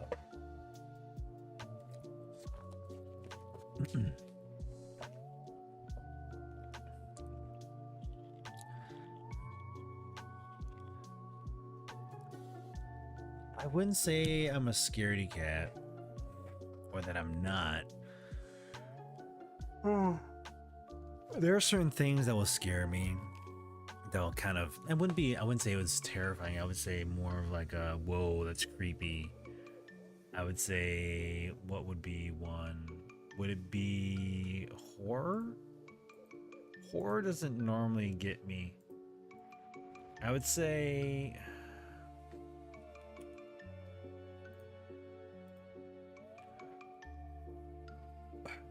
they called him Lola, la la la la. That is a song, isn't it?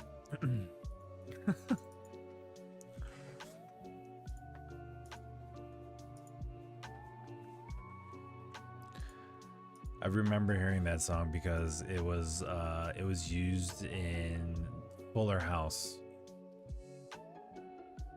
You guys are like, what? What did you just say? Yeah, so it was in Fuller House.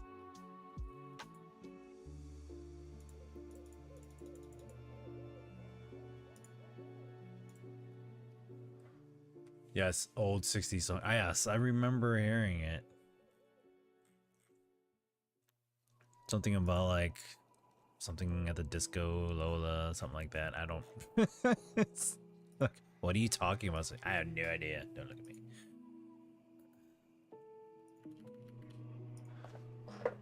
Oh, so yes. It was funny. I've been looking at shows and movies that are kind of like horror thriller like. And there are some things that Molly will watch, but the thing that she won't watch is paranormal things because of just like the cultural background, the religion, all that with like Hmong people. It's very paranormal like, and so she's not down to watch stuff like that, which I'm fine with watching stuff like that. It doesn't terrify me as much. But I don't mind watching horror too. So I've been selecting things to watch that have been horror and whatnot, and she had told me like, well, the only reason why I don't watch these anymore, because we used to watch it a little bit more than right now, but she's like, the reason why I don't watch it anymore is because you're not home anymore. You're not home, you're not working from home, so you're out and about and she's home by herself, so that creeps her out a little bit more. So I get it. So there are some things that I want to watch that I probably won't, because I won't with her because it's too much for her, so I'll have to watch it by myself.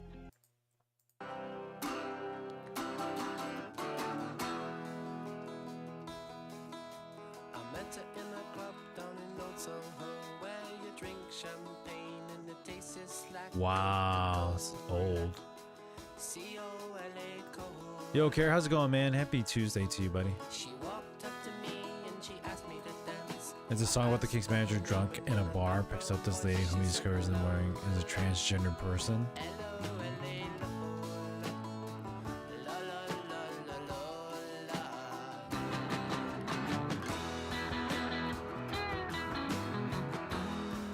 Oh, this is not the song I was thinking about.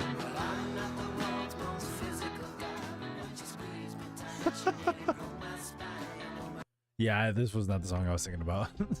It's a different song. That's funny.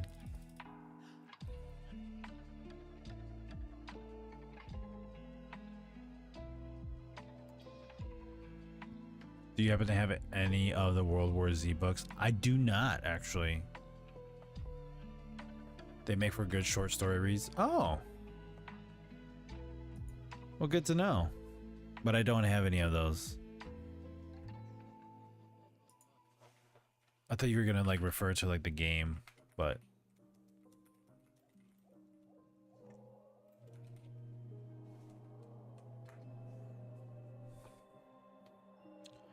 huh.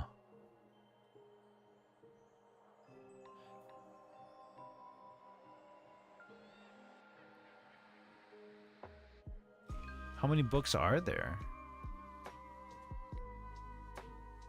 World War Z series by Max Brooks. There's an oral history of the zombie war and then the Lost Files companion of the Bridget edition. So are these like, are they like small stories in like a whole set of books, or?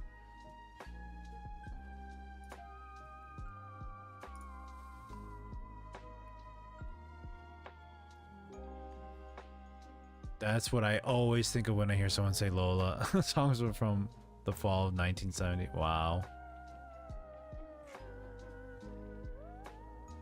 342 pages. It was first published September 12, 2006.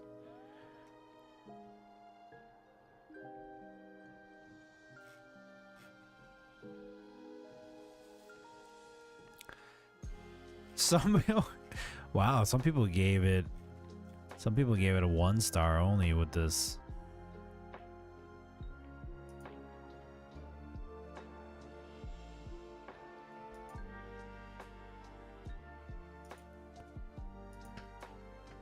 The oral history is written in a short story kind of way. Okay. I mean, yeah, I'm looking at somebody had posted, somebody put a review on here. They gave it a 1-star back on July 2013. He says, this book is not a novel. You learn very little about the characters, even the narrator, and cannot follow them from story to story. There's no common thread, no arc. It's a hodgepodge. For many of you, this is all you need to know about this book. If you're looking for a great zombie novel, my favorite is Cryonic, a zombie novel. It even says now on it. I suppose there are parallels between the book and the movie in the sense that both are...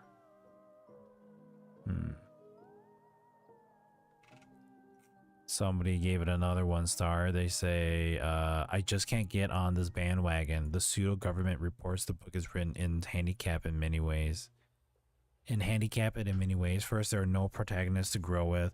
No story arc, no climax, etc. You know what's going to happen from day one. There was a world crisis involving zombies, and at least some people live to tell the tale. The short knowledge of the outcome deflates any tension. The book feels flaccid. The pseudoscientific jargon is poor imitation. My sister, a nurse, tossed aside books other than Zombies Manifesto and discussed within the first few pages, and this one fares no better. And there are far too many emotional pauses and descriptive introductions from what amounts to an undeadnum to a government study of events. Okay, I mean, it's an oral history. It wasn't a book. The movie did not do justice to the books. No. No, so I did. I read Reggie. How's it going, man? I read this already. I'm sorry. I read Lola. The book, the short story was called Lola. It was actually the one that I read when I first well, I went straight to it again. I got it. No, it's all good. It's all good. I'm sorry. It was 5 pages. We were reading about You can go back and watch the VOD if you want, but it's a guy who finds this creature in a park and nurtures it, and it dies. Oh, it tries to nurture it. It dies, turns into a giant tree or plant-like thing, and then eats his friend. It's okay. How are you doing? I'm doing good. Doing good. How about you? Happy Tuesday. Lola the story, not the Nastavity song. Yeah, I mean, I didn't realize that. I mean, I think I should know by now, but most movies are based off of a book. But it's kind of neat to see that.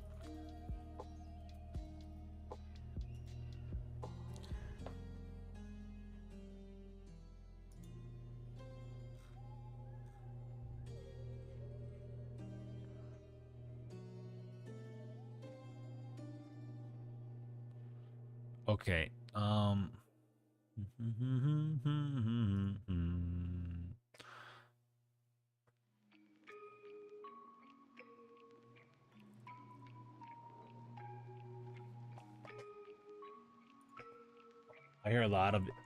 I hear in a lot of instances, movies created based off books don't ever do well. I feel like that's how it is nowadays, though. Like, a lot of movies that are come out are like, oh, it's based off of this book, or it's based off of like details of a book.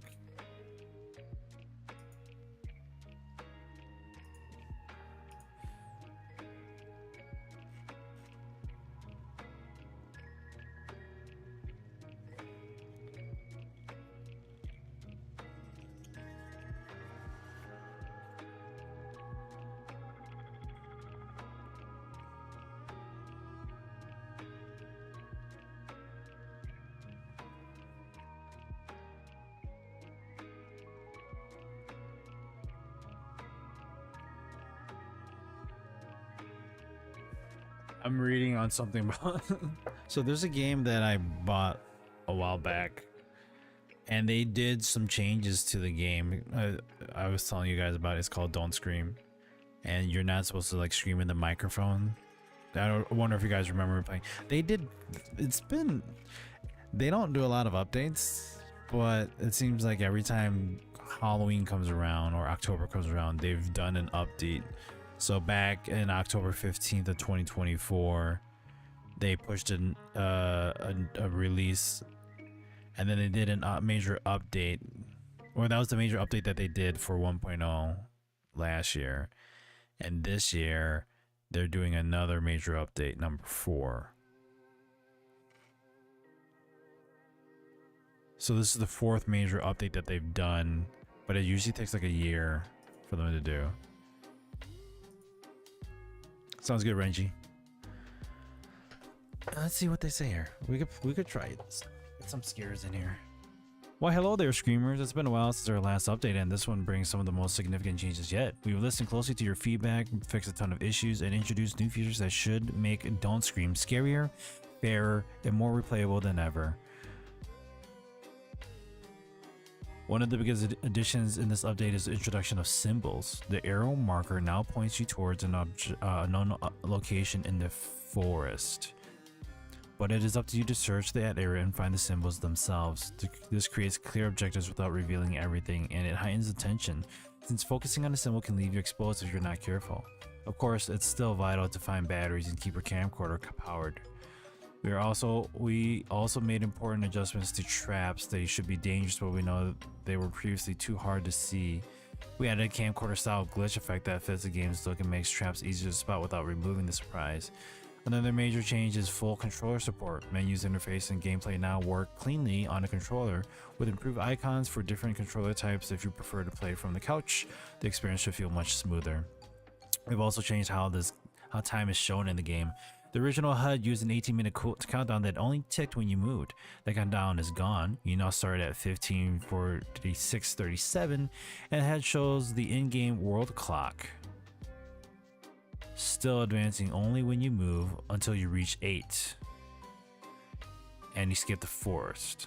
Under the hood, it is still 18 minutes, but this presentation makes scares less predictable and the atmosphere much tenser. Taking away the countdown keeps you from waiting for the end and makes every step feel more unpredictable.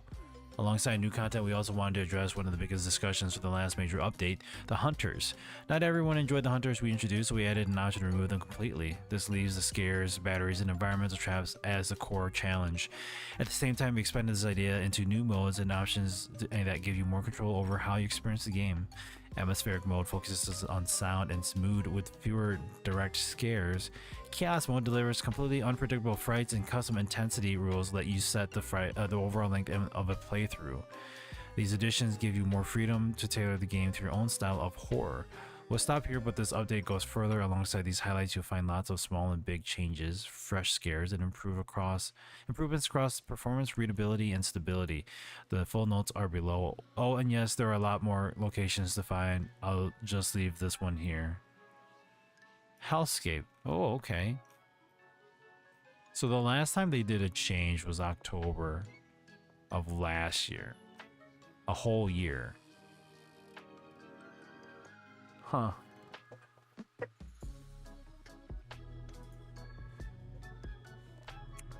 Do I really want to play this and scare the crap out of myself tonight?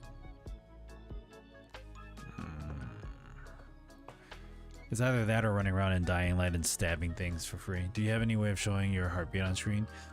I did at one time. Let me see if I can still find it. There was like an overlay of like the Fitbit that I tried doing a while back, and I don't know if I had that anymore.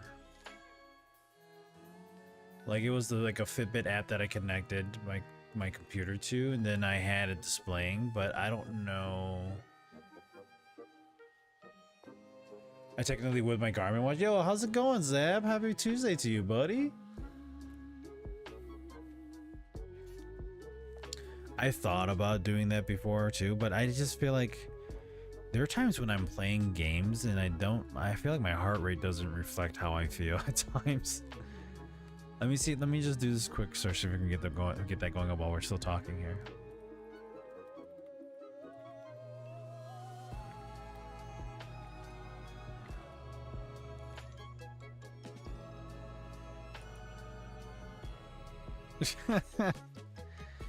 Son of a bee.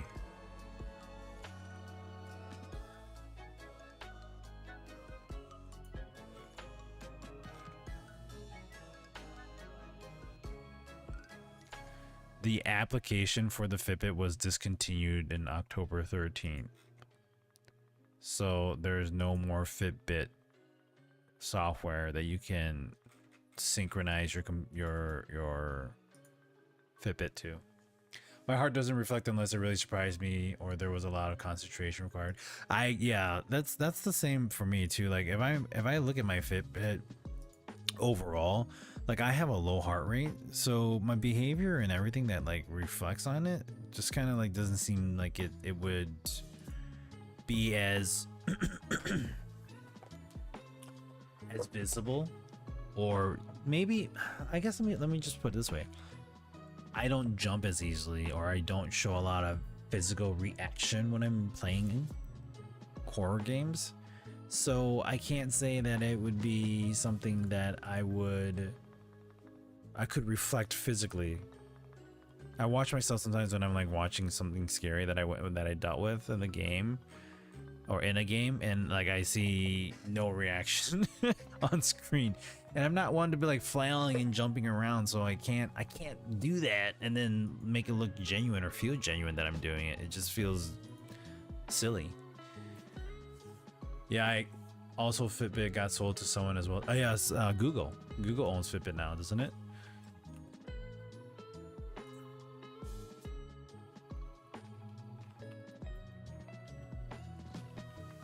I just said, yes, Google acquired Fitbit in January 2021 for $2.1 billion and integrated the fitness tracker brand into its hardware division. The acquisition was aimed at boosting Google's presence in the competitive wearables market and leveraging Fitbit's expertise in health tracking, though some reports suggest the Fitbit brand is being slowly phased out in favor of Google's own Pixel Watch lineup. I don't think that was the case. But the only reason why I like the Fitbit is because it gives me so much battery life. Like, I don't have to charge it for 5 days at least. I mean, the battery life is depleting, but I mean, I remember when I was looking at like Google's Pixel Watch and Samsung's watch, and those only gave you like a day. You had to throw it back on and then you had to let it charge. It's like, well, what's the point of it being a tracker then when I needed to track my heart rate and everything? I don't want to put it on a desk for through 2 hours to, or I don't know how long it's going to take to charge, but I don't want to put it on my desk and leave it there when I could be having it, you know. I like my Fitbit and I can charge it in 15-20 minutes, get like 70-80% of it, and then I'm good to go again. But you could give yourself a chance by doing 5 push-ups every time you flinch or your heart rate goes above 50 or 100. Wait a 5-minute cooldown in between. I could. That would actually get me like a good workout there. But Garmin has been leading that charge, but the best one's too expensive, though generally equal if we're talking about expensive smartwatches. See, and it's kind of nice to see that Garmin's still in the game on that. I haven't heard about Garmin in a long time. I mean, my Fit over my Fitbit. My Fit over my Fitbit is that it's, I think, 2+ years now, 3 years, I feel. And the battery's starting to go a little bit. About, I'd say every day it's gone down 20 to 30%, so I'm getting it only for 3 to 4 days.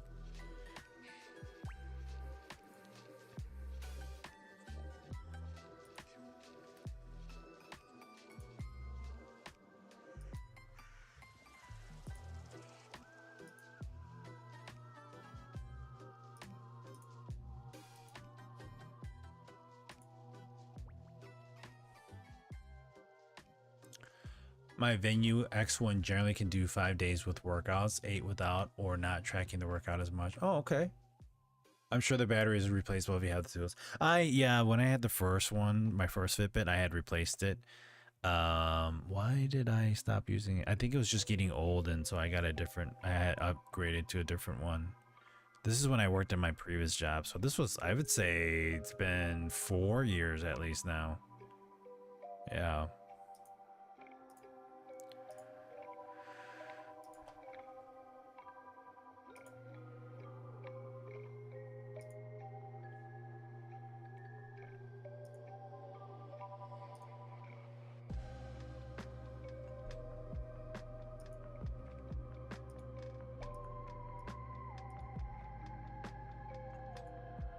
All right, let's see here. What I'm playing tonight.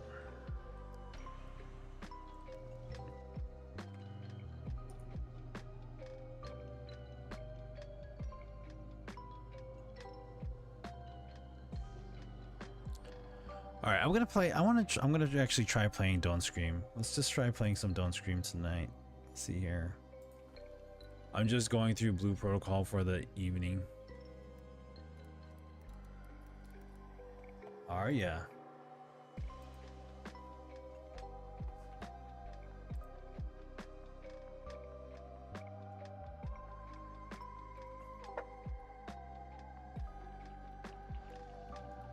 See, now the thing is I have to be quiet. There's only 2 viewers for this game. I don't care. I'm gonna play it. It's scary. Don't look at my hours. It lies. It had to be menu screens for a while because of work.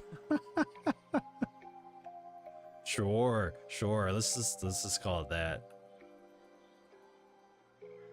Exactly what it is. What do you think of the game so far? Didn't it just come out? Was that the one that you guys were talking about? That you were talking about that you've been waiting for? I'm trying to remember.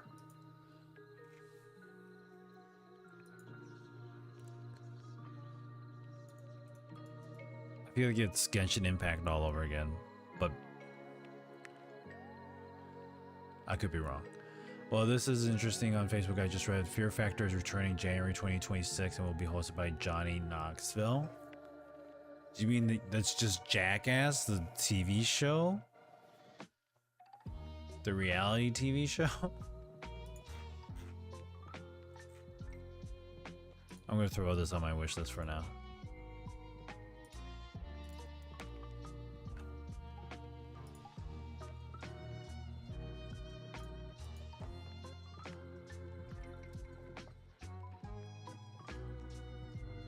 Wait, what is this?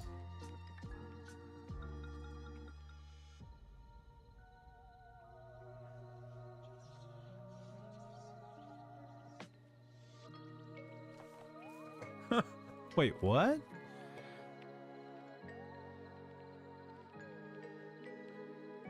Right, the Fear Factor TV show. I remember that, but I mean, Johnny Knoxville, really?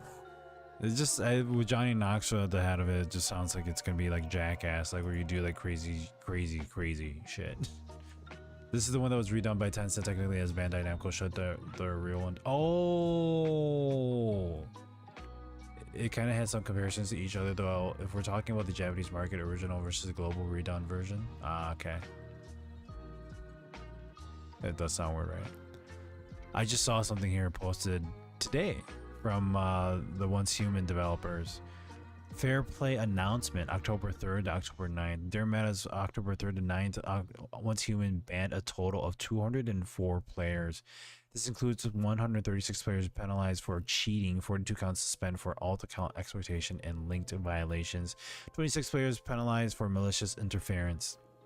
Because the AI model is still being updated, backend monitoring data shows that there is still a slight chance of false bans being triggered. If you have any questions or concerns about a penalty, please submit an appeal through the in-game appeal screen. The game already includes features such as real-life ticker display of ban metas and synchronization of character ban status with friends and search bar visibility. Below is a list of players recently penalized for severe violations. The accounts involved have been reviewed and confirmed to be in violation. For any questions, please contact the in-game customer support. They actually have a picture here. It says, to avoid account bans, the following software hardware are prohibited or discouraged. Hardware-wise, DMA devices, KM boxes, network splitters, bridges, aggregators, synchronizers, USB boxes, and hardware macros. Software hacking tools, Cheat Engine, Process Hacker, PC Hunter, YDark, Power Tool, API Monitor, Procmon. Procmon is a hacking tool? Wait, what? X96DB, Win Debug, Process Monitor, System Informer, Ollie Debug, Account Launchers, Steam Account Launchers, Automated Software, Key, Annotation Key Wizard, Auto Hockey, DD Mouse Keyboard Drivers, DM Plugin, Python Scripts, Virtual Machines. Isn't that basically what a freaking Windows computer is?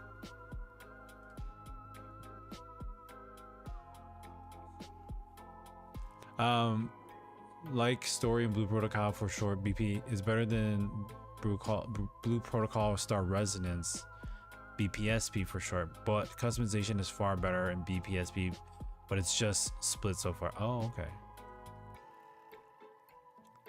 We've been paying close attention to feedback. Ban duration 3,600 days.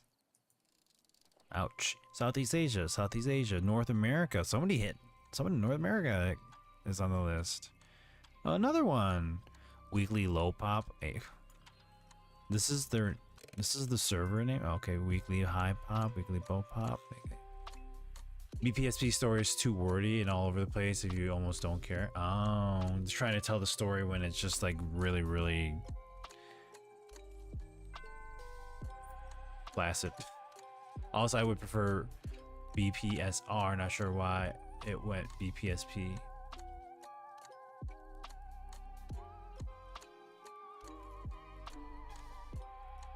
Yeah, why BPSP? That's weird. All right, let's play some. I'm gonna play some Don't Scream.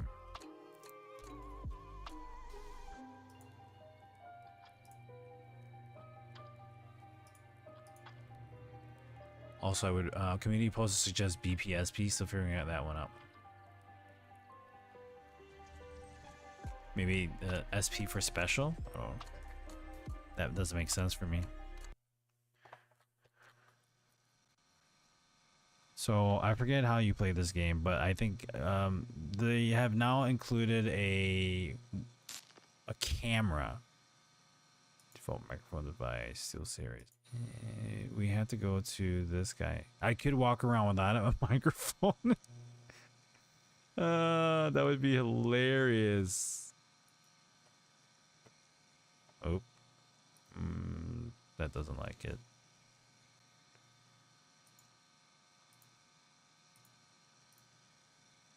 USB. Oh, yeah, that's dinging here. Hold on. Oh boy. Let's see. Steel Series GG.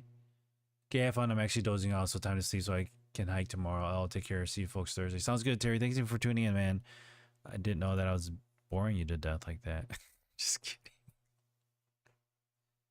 Okay, this is the mic. But it's like really high.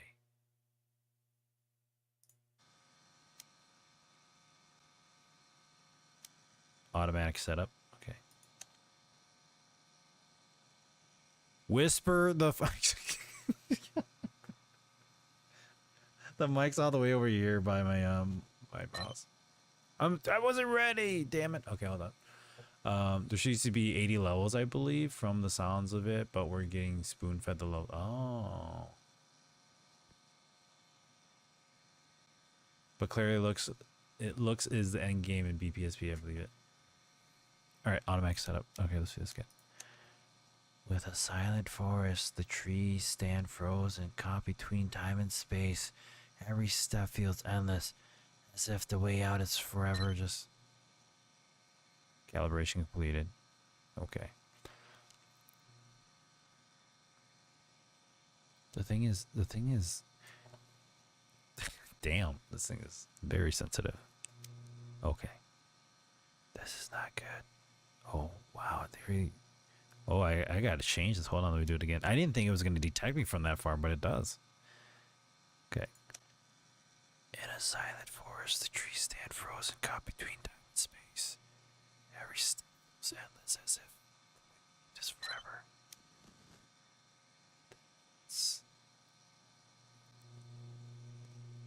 Damn, this is gonna suck. Microphone. All right, let's see the manual. I didn't even. That's. You guys can hear me though, right? Yeah. Okay, we're good. All right. Hello.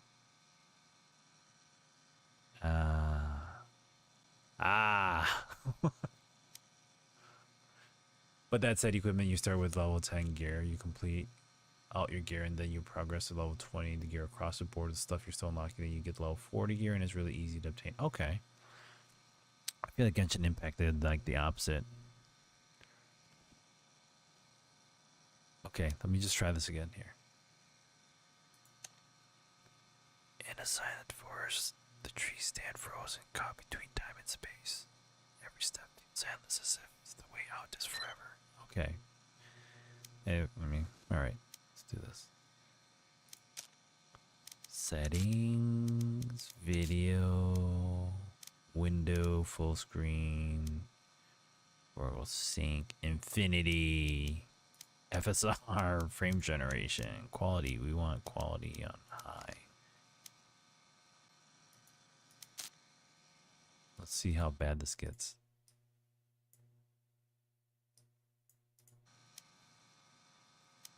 Gameplay. Disable mute icon, hide the mute arachnophobia mode. Motion sickness, hide HUD, skip microphone calibration, skip tutorial. Controls.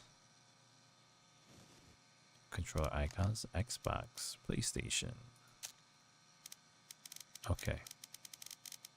It keeps turning red every time I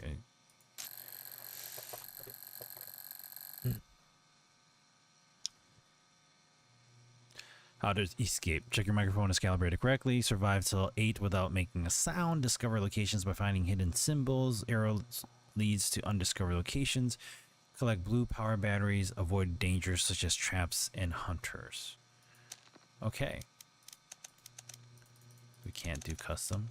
We can disable. Find one or more symbols outside of the watchtower to unlock.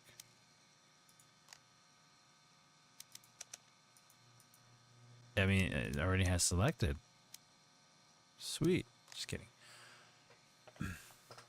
Then it seems you will get level 80 legendary gear or so, but we're not there yet. I see it now. You're in a silent talk area. Someone raids. Thank you for the mean. Thank you for the, I mean, thanks. No, it's gonna be, that's gonna be what happens. Watch. Or you guys scare the crap out of me. Alright, I gotta stay quiet here. Here we go. Ready. It's already detecting me. Look. Alright, talk really quiet. I don't know if you guys can hear me or not. It can't really detect me. Oh, that's bad. Hold on. Hello. Can you hear me? It's really. Hold on. We gotta go back. I think I spoke too quiet, too loud in here. Cause right here it's already detecting it. If you guys. All right, let's try this again. In the silent forest, the trees stand frozen, time and space. Every step feels endless, as if it's forever just beyond reach. I hope that was right. It's like almost. It's just a picture telling you the rules. Yeah, but if I'm going through and I'm talking, it turns red, even when I'm like out of the menu. So I'm realizing that when I'm talking to you guys and I'm looking at my microphone intake over here, it's gonna be, I don't know. Let's see. All right, let's try this. This might be too loud. If I'm talking to you guys, if I'm talking to you guys, it's really different. I'm gonna have to, let me turn the mic away a little bit and see. How about now? Is it bad? Oh, it's kind of too far. It's like it's a boom mic, so it can definitely pick up stuff. I think that's a problem. Press begin to softly whisper the sentence into your microphone. Let me go. Let me actually whisper right into it, and I'll move it away. Let's try that. Ready? I have to bring close. The cable short.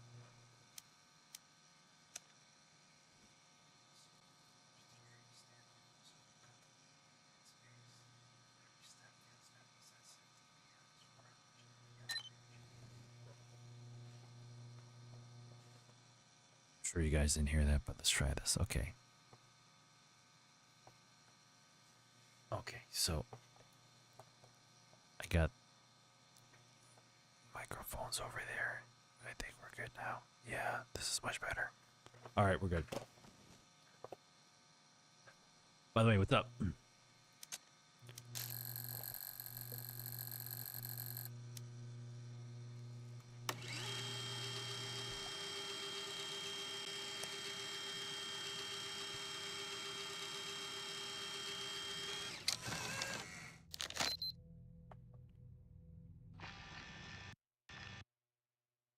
And the game crashed. Wow, that's great. That's awesome. Cool. Well, I guess we're not playing this game. Did you hear about the VTuber that took 3 years to find out they had their microphone backwards? What? How did they get their audio to work properly then? And the game's crashing. Awesome. Well, let's figure this out while we're sitting here.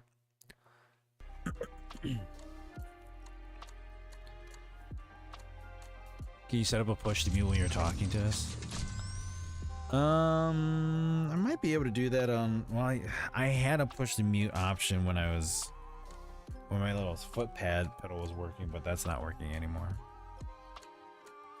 Okay, the game is not working. Let's go and fix that. Guess we're not playing that game tonight. Okay, properties. Let's look at integrity of the game files. That's ridiculous.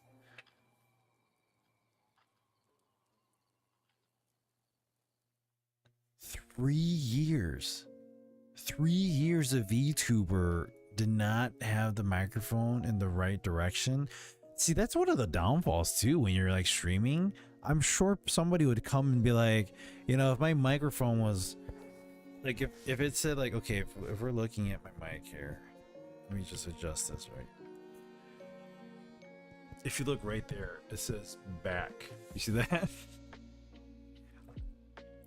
And if somebody were to like, you know, I mean, if somebody were to see that somehow where it was pointing in some direction where like it was pointing like this and you guys say where it says back, like just zoomed in, and then all of a sudden you guys pointed it out, I'd be like, oh thank goodness.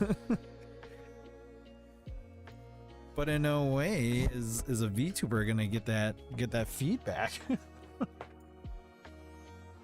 You're finally clear.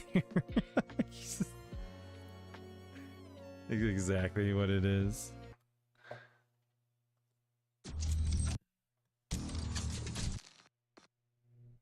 Yeah, the game keeps crashing. All right, I'm just gonna have to reinstall the game.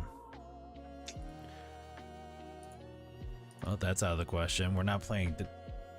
We're not playing Don't Scream. We're just playing, just chatting for now. We're gonna go back to that category for now.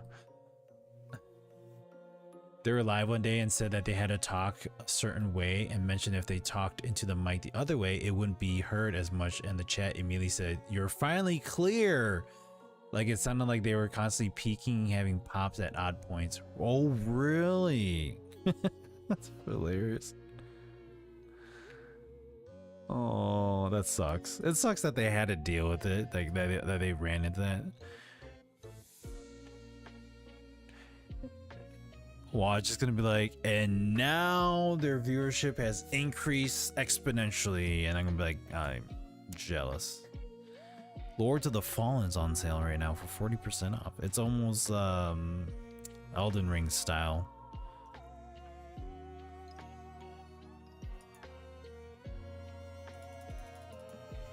So wait. Somebody says, okay, I'll go. I gotta look at that again. Hold on. I'll go back and look at it in a bit here. Let me just fix this. This crappy horror game that's not working.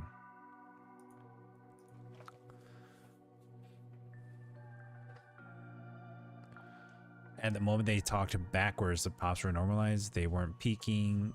Hey, you want a scary story to talk about on chat? It's not a game, but pending blog posts.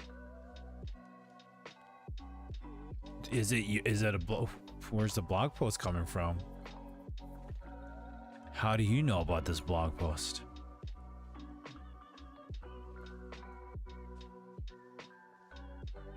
I mean, to the video.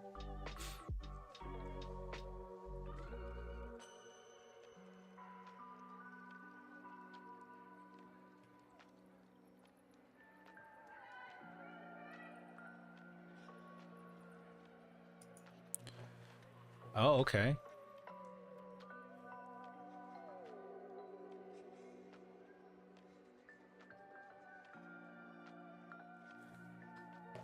All right. Do you obviously you don't want me to share it on stream, right?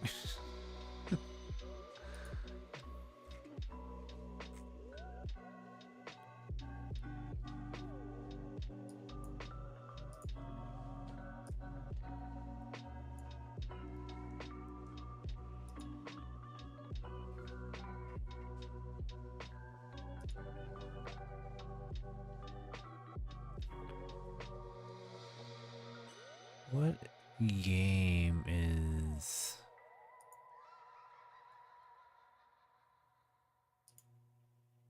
I feel like this is the one I should be playing. Escape the Backrooms.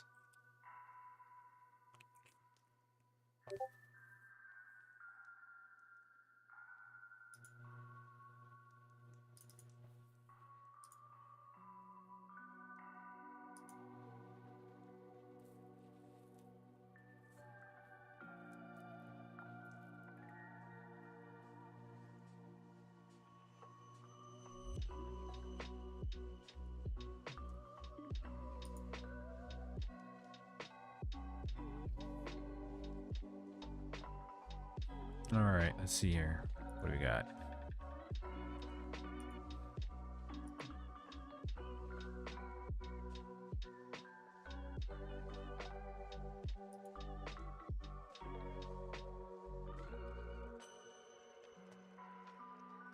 Oh, it's a download. I was like, where is it? Where's this going? I was lost for a moment.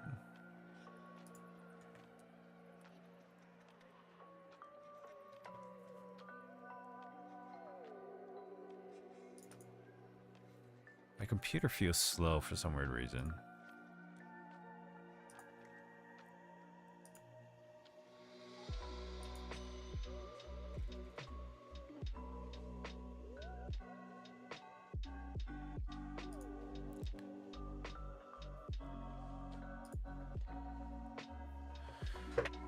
All right, open up document. Why is my computer slow? Performance-wise, everything's running well. Weird. He probably knows about my pulse.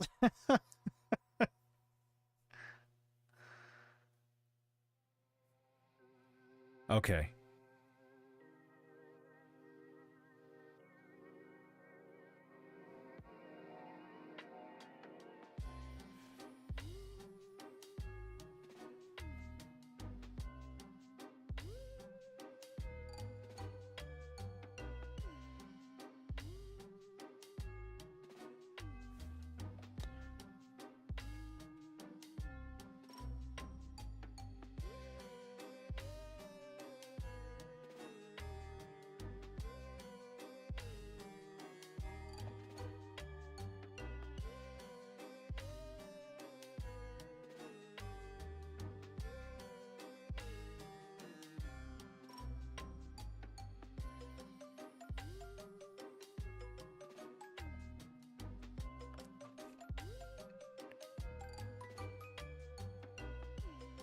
I see the cocksucker.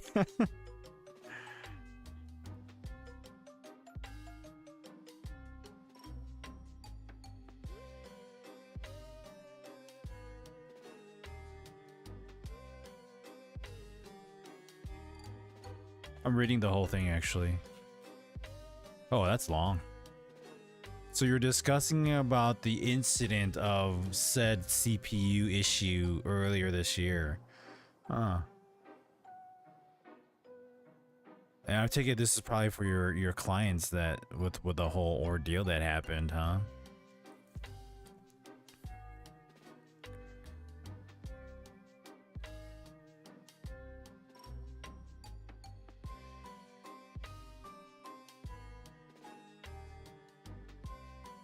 Oh no! Oh, it's I gotta read the whole thing. I mean, there was that discussion. Okay, okay.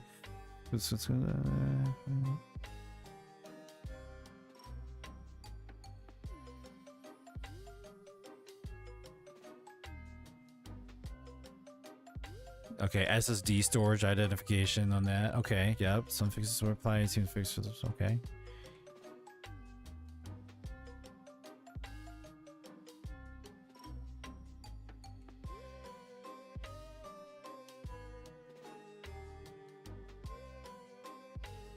Would freeze and need a restart or restarting with no OS error.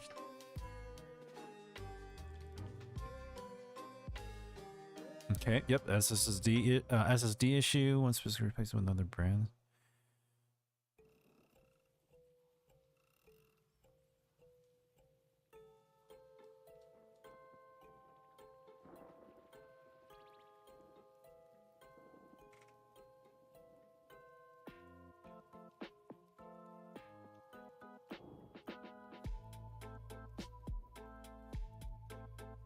This intrigues me because like I don't deal with IT support anymore, but to potentially be in a situation like this, oh gosh.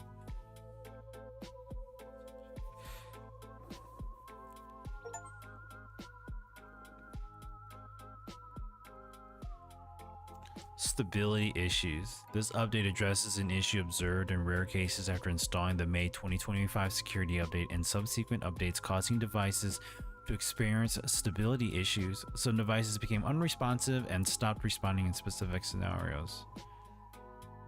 So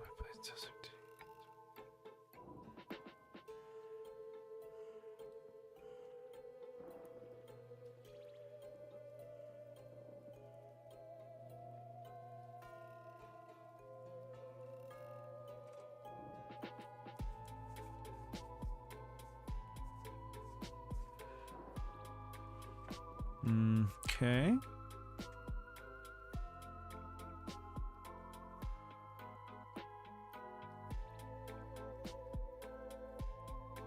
Windows was a problem.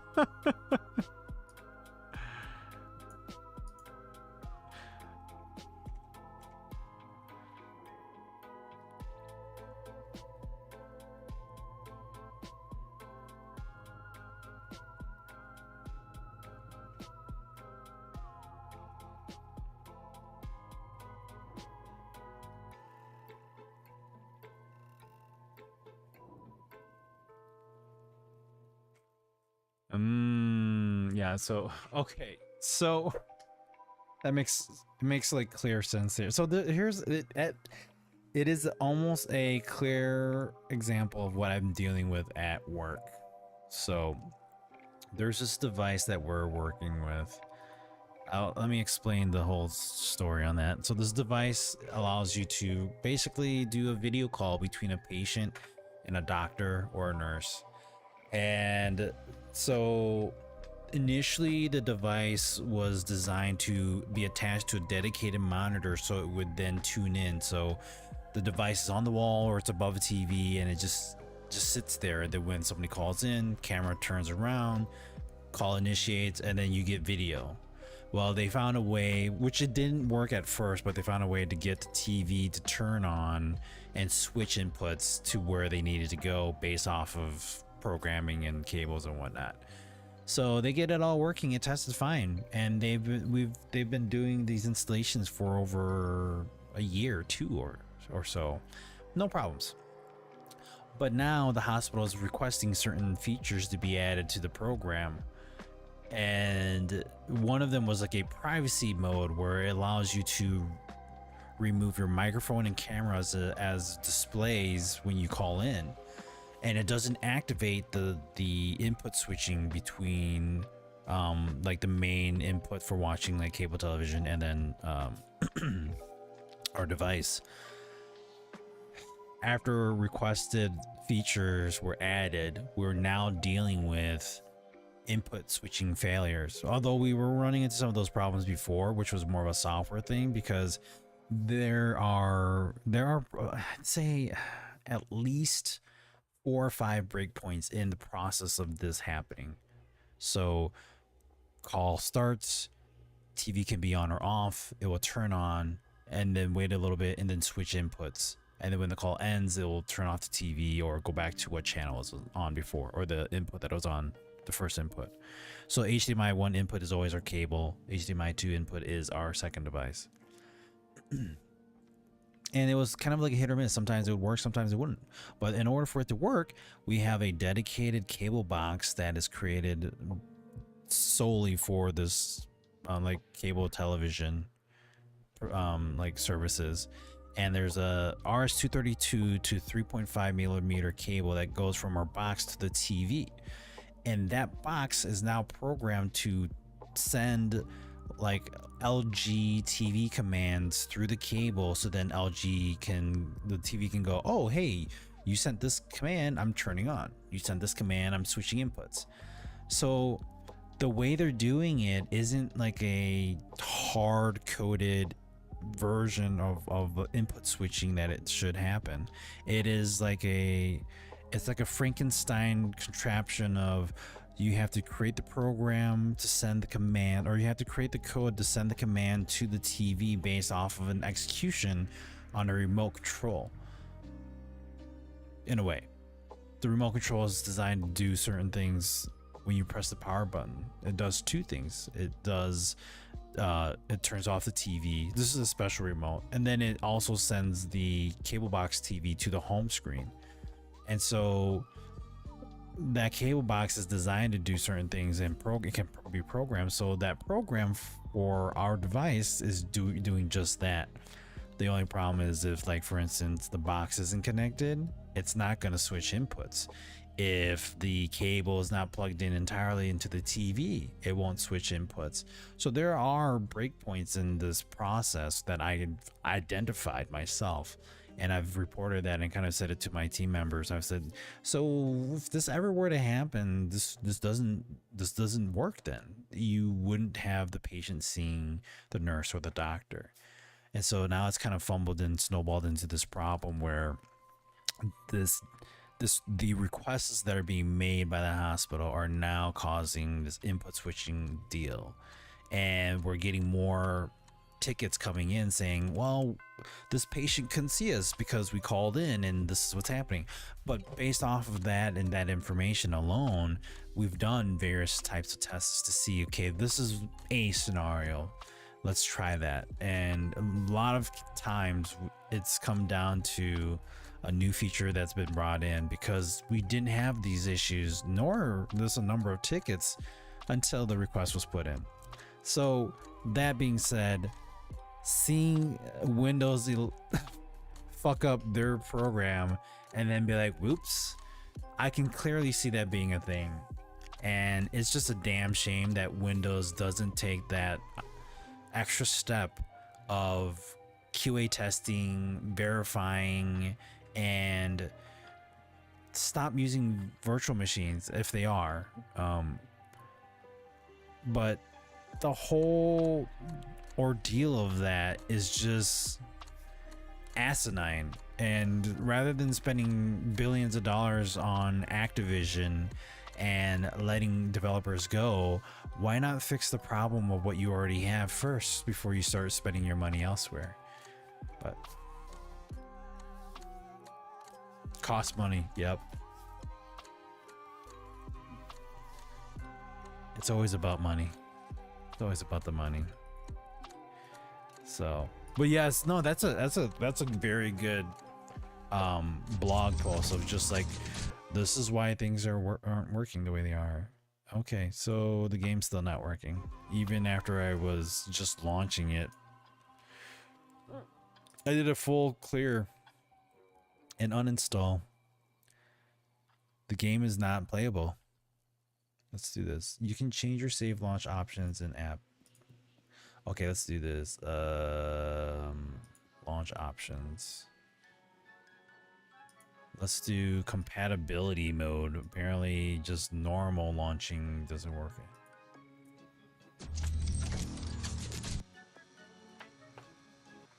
But you see, my job is all about finding correlation to issues. Yeah, I mean, you kind of have to, because especially when your business is on the line because somebody else messed it all up.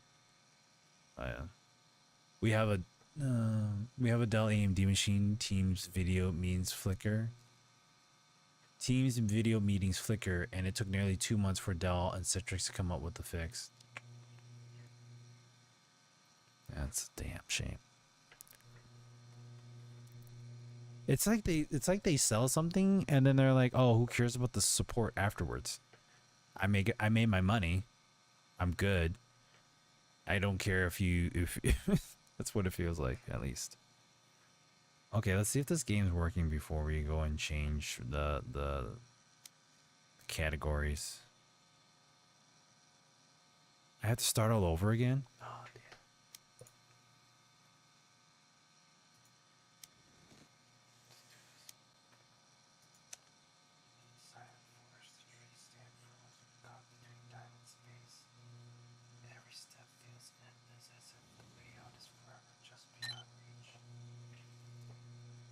Okay, I got it. It's detecting me now. Okay. Oh, I lost a client and they won't say it was because of the storage issue. Everything was fine and then that came up. Yep. And that I think that's one of the downfalls about that. I'm gonna do this so you guys don't see the red blowing all over the screen. One of the downfalls of that, and that's why I always go, hold on. How am I supposed to? Why would I? Why would I have to update the drivers on my graphics card if there was never a problem to begin with the card? Everything was working fine, and then suddenly the software runs an update, and lo and behold, hey, it broke things, it's not launching, and then the drivers have to update themselves too. And it's like, well, you broke something and now we got to fix our issue. Unless it's all, I mean, I don't know, I don't know the details behind it all, but that's what I feel like is happening. But you see, what bothered me is I asked other people. Uh-huh. Go ahead and keep talking. We're gonna go and try playing this here. Let's just make sure everything's working the way it should. I gotta make sure you guys can hear me. Oh, that's not working that way. It's too sensitive. It's too sensitive. I got shops telling me, oh, we see this all the time. We have to reflash the NVMe drive. But every brand SSD? Yeah. See, when the whole thing starts smelling fishy because it's not just one thing, but everything, then it's then that's not the problem. The problem isn't that then.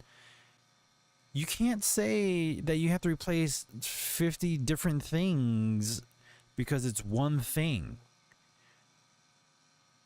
That's like if the motherboard were to take a shit, would you say, oh, you need a new CPU, you need new memory? Well, obviously, if the board's not compatible with those, yes. But if you had it working fine, why do you have to replace everything else? Right? That's weird. Okay, let's try this. Let's try this. It seems like any type of loud. Man, this mic is too good. Oh, I have to cover it or something. Even with the mic covered, it's still detecting me. Look, I put my hand from the mic. Damn.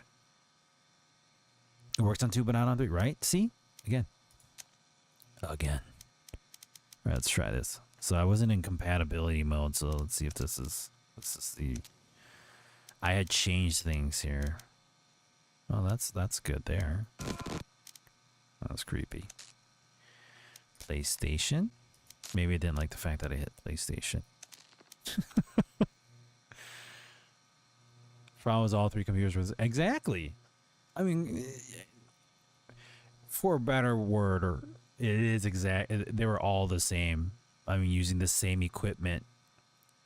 Now, using the exact same equipment, obviously not. But I mean, like, you know, Samsung solid state, Samsung solid state.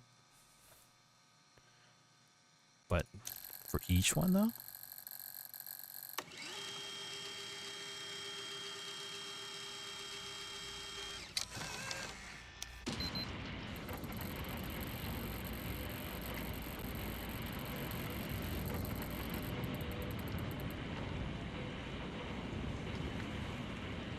Okay, so I can read this. Good. I awake shivering in some kind of outpost. And I died. I was reading this. Son of a bitch. Alright, let's stop.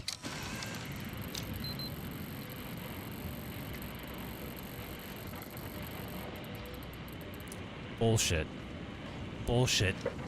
I didn't even start. Hold on.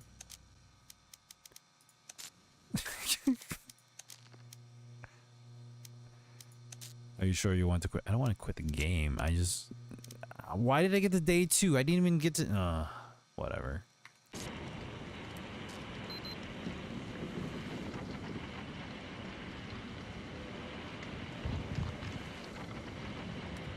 Video quality is extreme right now. Hold on. Wow. I think I made it too high. Let's do medium.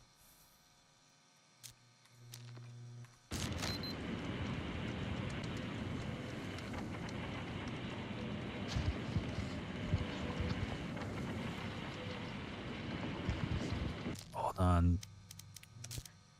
Controls are too sensitive. Let's do that. 7, 8? Let's go with 8.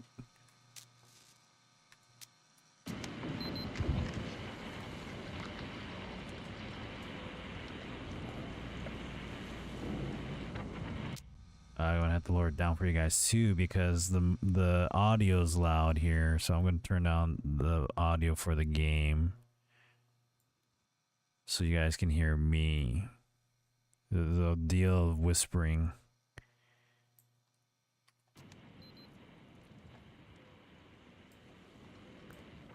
Okay, let's try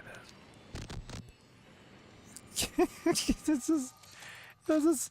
I didn't even scream. Okay. I need to adjust this.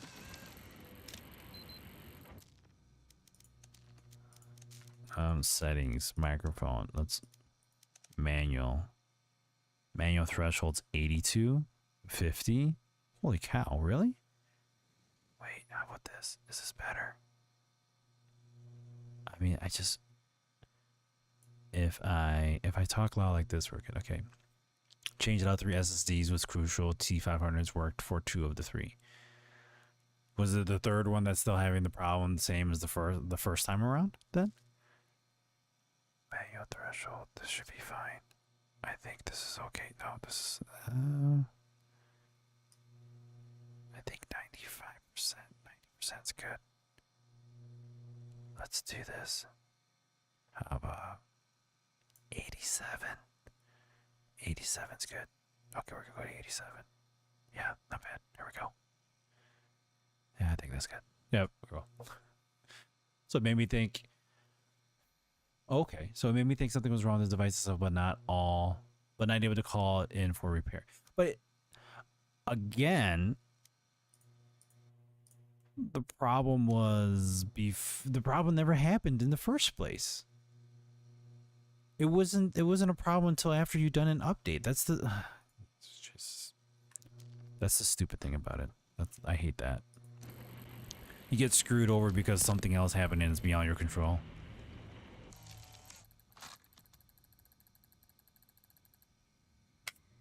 I keep dying.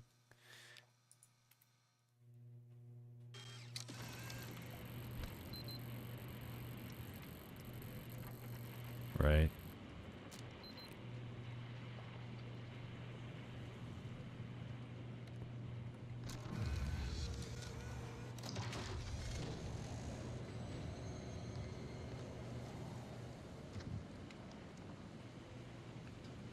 Okay.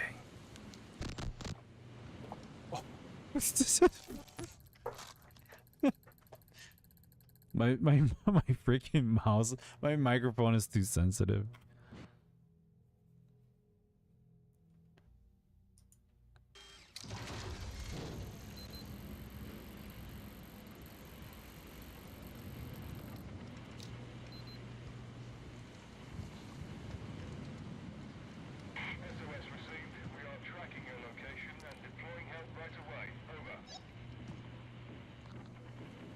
Just gotta stop. Even when I said something. Oh, what the hell?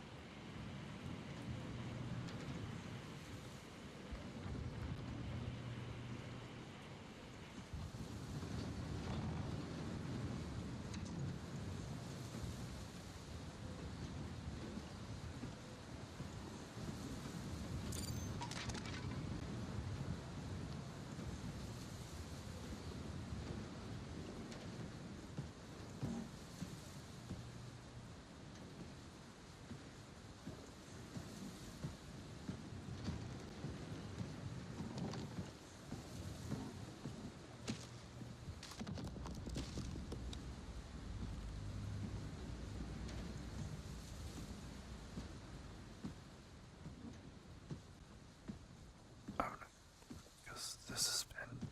It doesn't like me talking.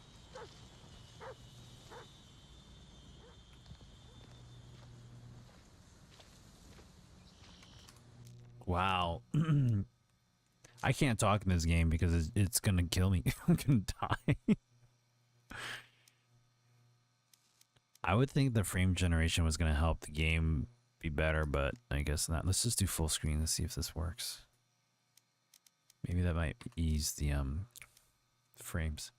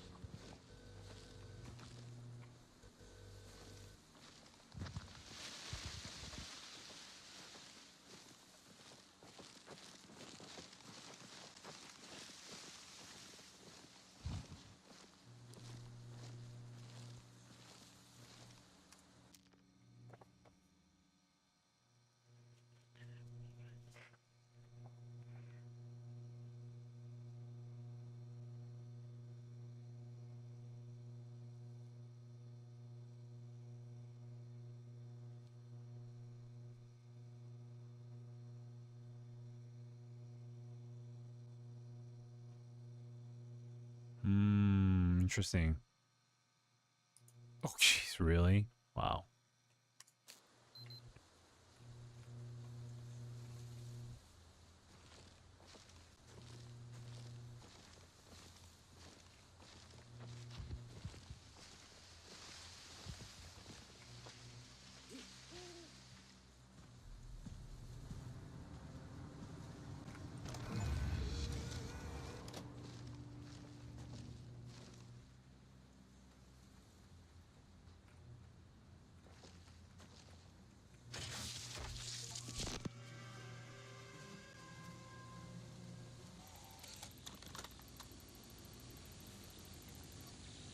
Things attack me now?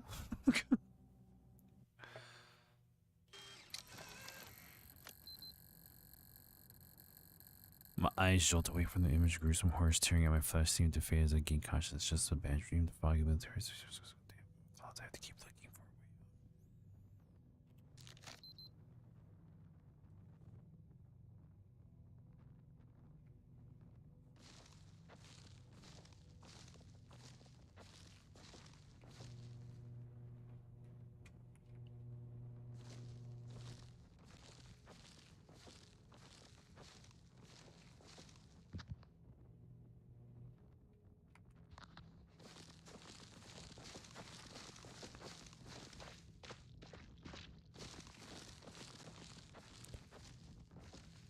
I wonder if that was just for the tutorial.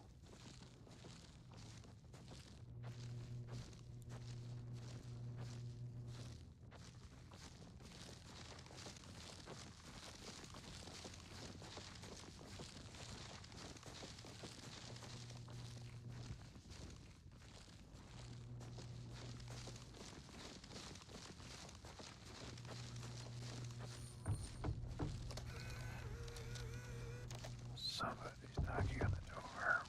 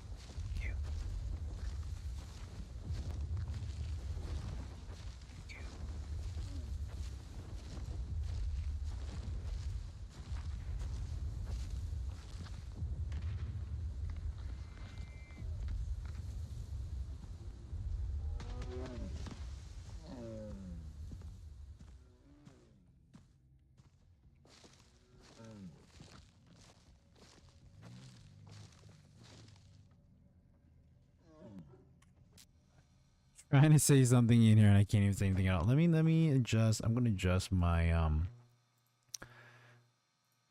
filters on my mic here. We're gonna remove the limiter. I think the limiter will be okay with that. No? Let's remove the compressor.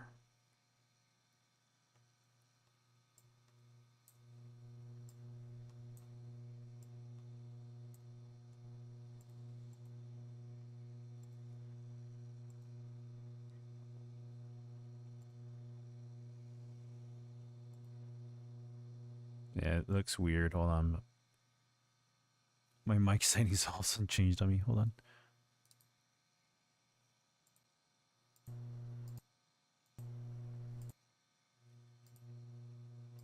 All right. I think suppression is what we need to get rid of. Let's try that. That's why I have hate for Microsoft right now, because that should never have been the case. I agree. Like I'm disliking Microsoft for various other things too, but that's also one of them. All right. So I think if we do this, you guys can hear me. Then it's not that bad. Is that better? I think that's better. All right. So we'll get rid of noise suppression for now because I'm whispering inside my microphone. All right. Here we go.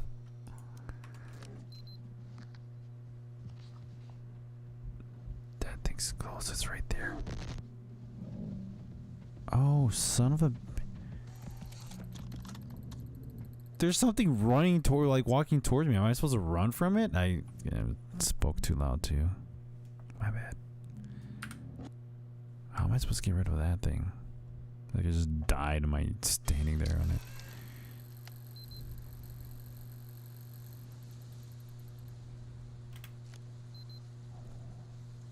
Okay. Let's see where we go with this. We got a number of symbol here.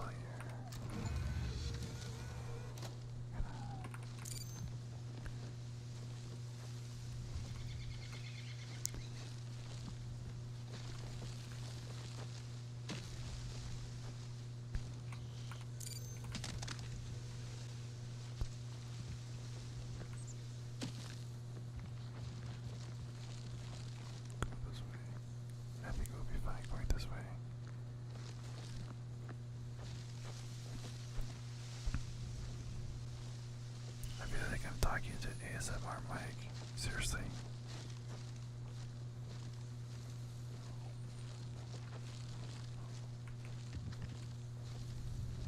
I wonder how I was supposed to avoid that bear there.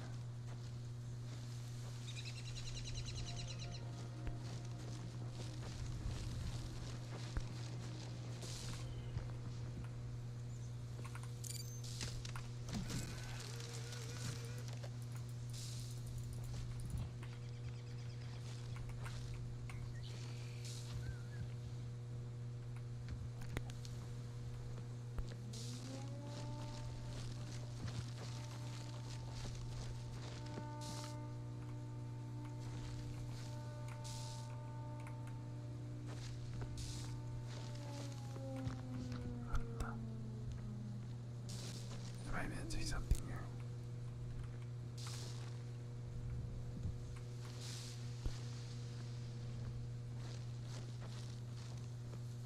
Oh, there it is.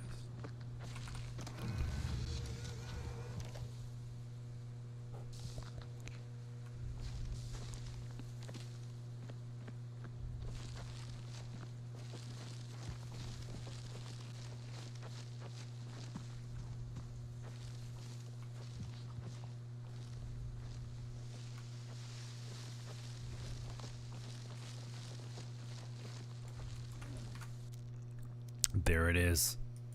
Hold on. Where controls?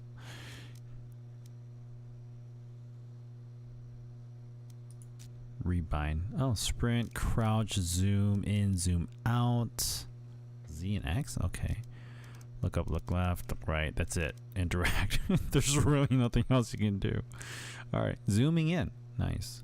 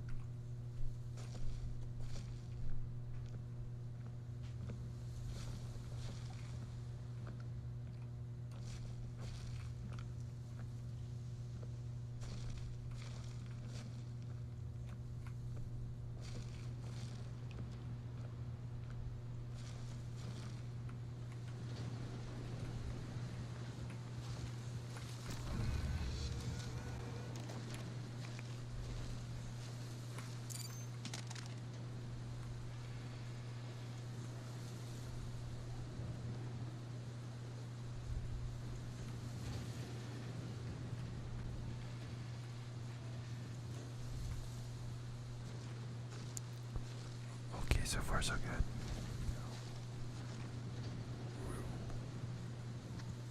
We're doing okay. Alright. Every time the music goes off, I'm wondering if something's trying to scare me. Oh god. No, thank you. No, thank you.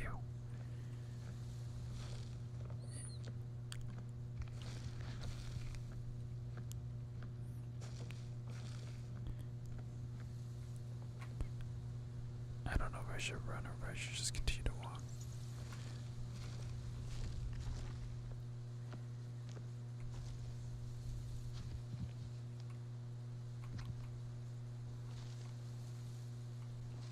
Okay. I don't hear the bear anymore, so we should be good to keep going.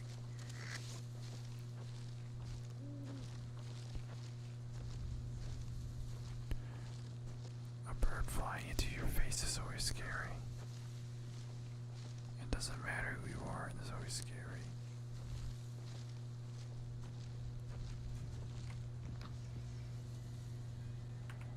What the fuck?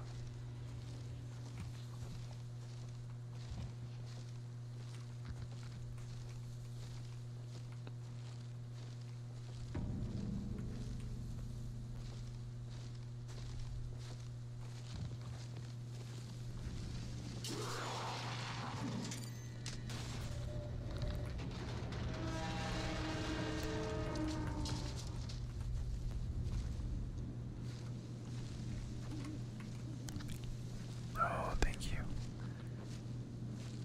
No, thank you.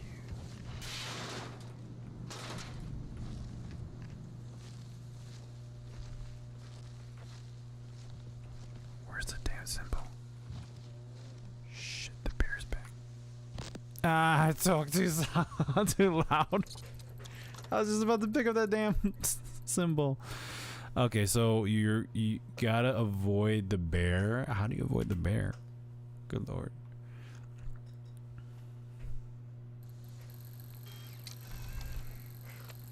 How long have I been here? Time is lost. The seasons are static. Keeps me in linear time until I say anything.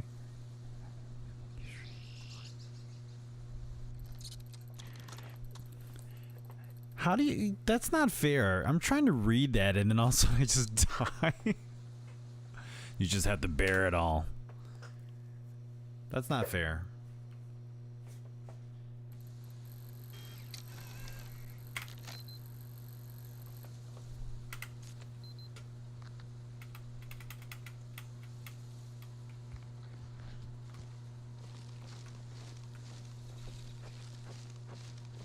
Back at the campground. A different campground.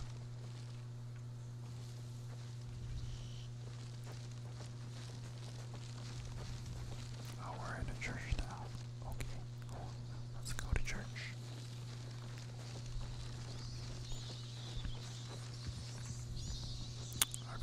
I forgot I can't jump.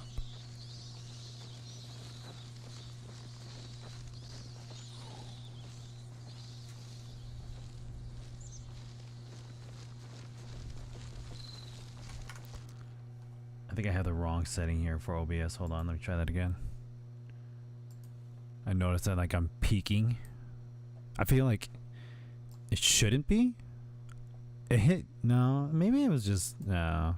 Yeah, I thought I saw red marking on my mic there. That could be just should just be me. All right, back to it.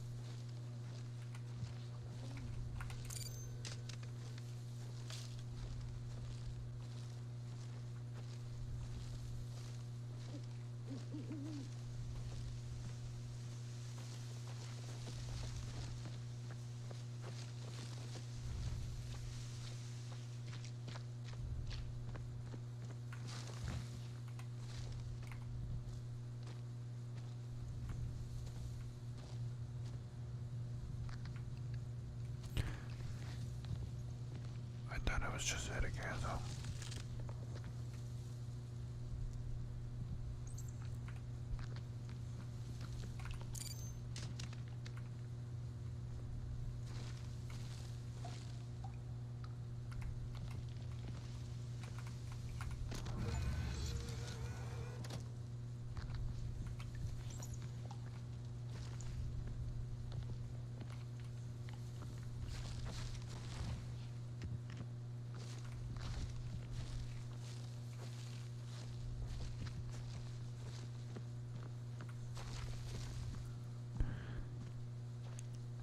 I don't know where I'm going next. I hope the bear is gone.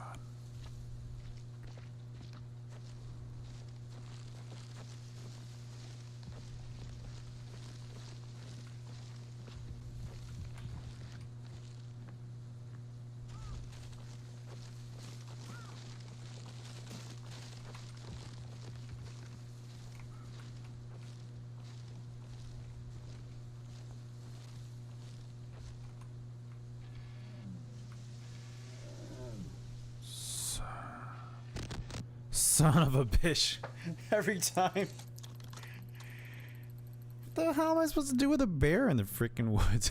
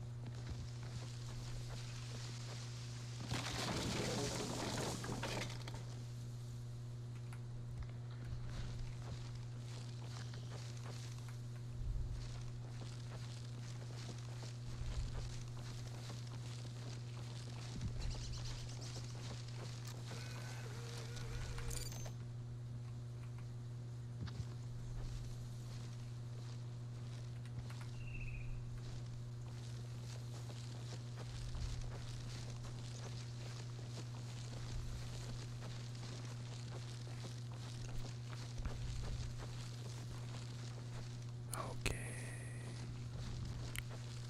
Just gotta keep talking into this microphone, but then I'm gonna scare myself more often. Watch. I'm gonna ruin the game because I keep talking.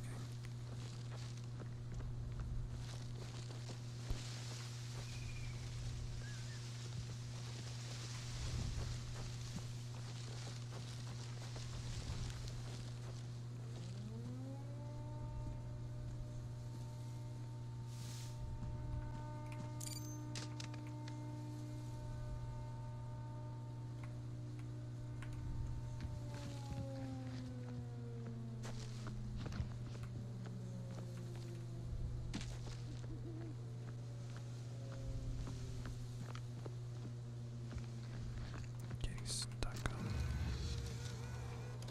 Oh, I almost died there.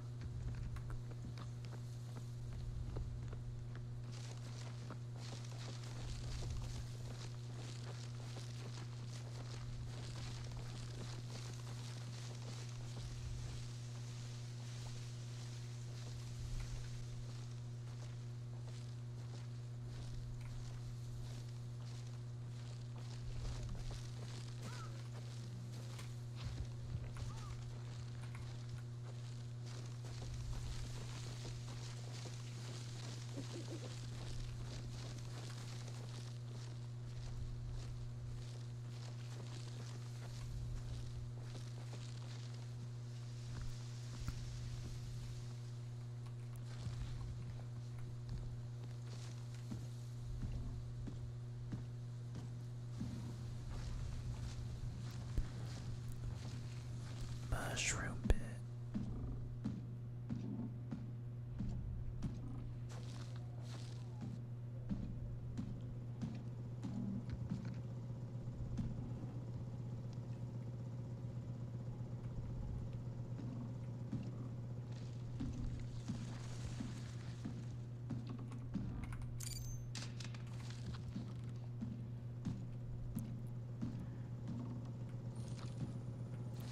I guess we're going down there.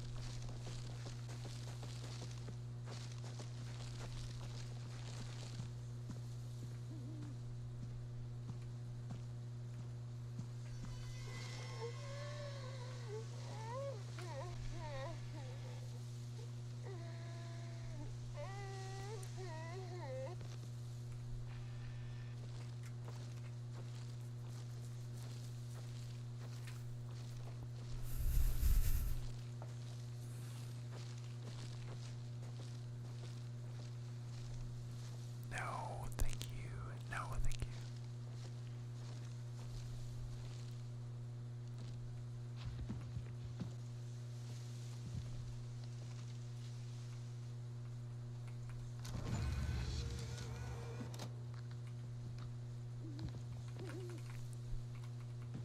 Can I have that rifle? I want that rifle.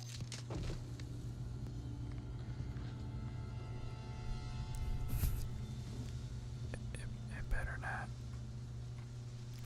No, give me that. I want that knife and rifle. Give me the knife and rifle.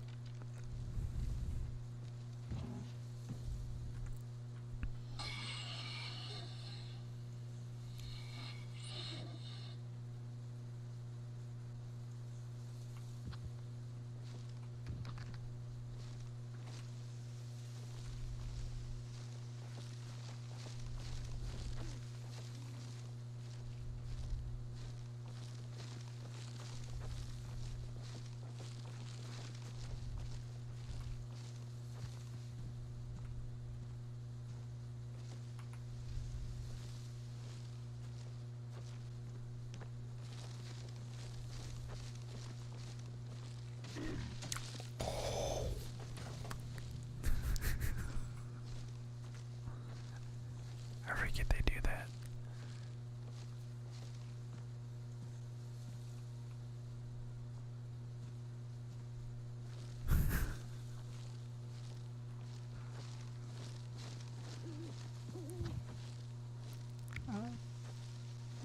I was thinking the same thing too. It's gonna jump up behind me.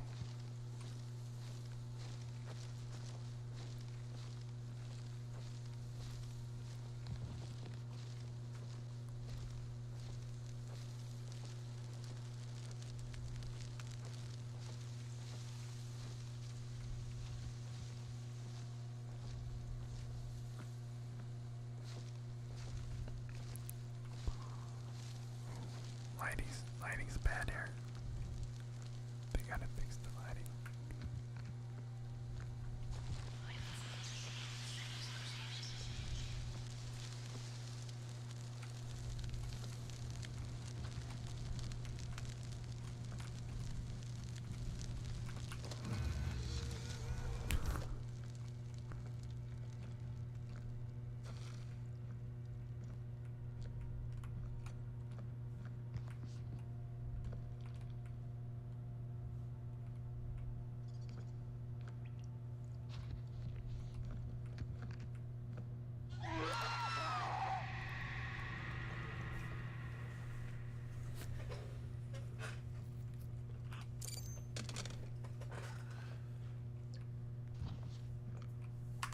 No, I did not have a heart attack there.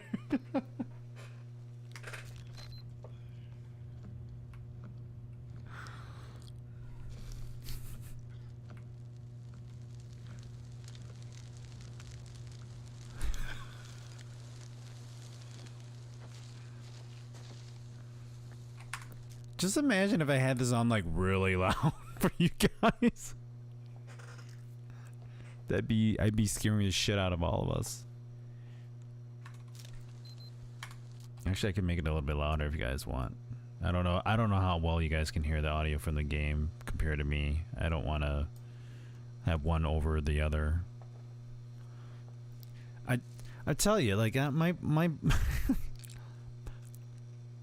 my balls are pretty pretty steel shut there. All right, keep telling your story.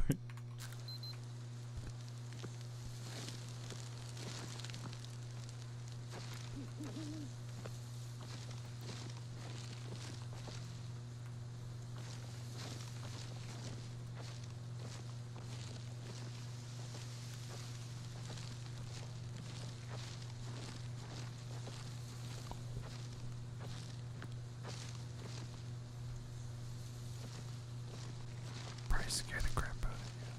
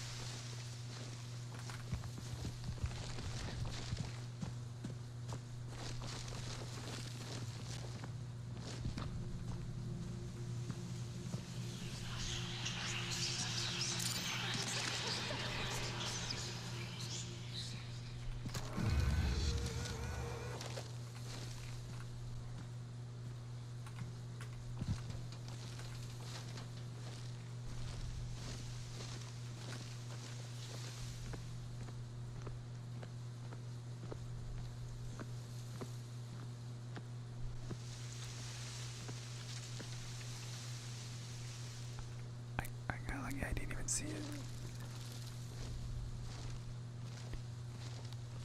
I wasn't even paying attention to it.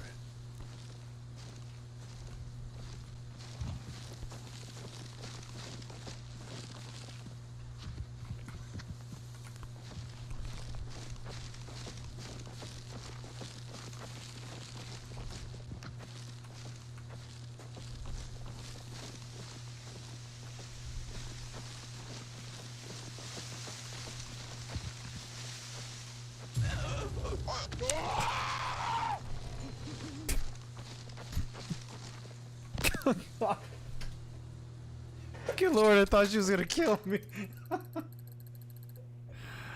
Oh my god.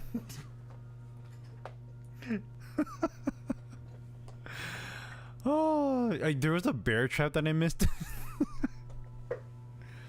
Oh my god. I should have just kept. I should have kept my calm. Here's the thing though.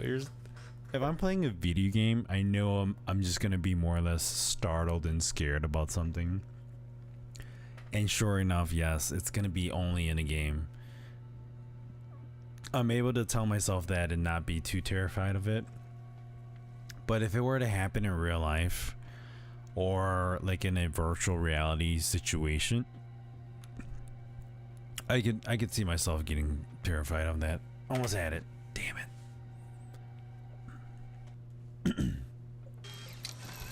My flesh tears the heels, my mind races into silence and the dark. Even pain is all I know, and the trees scream louder than they ever did. I can sense an ancient knowing, and it wants me to suffer. Yeah, suffer, alright.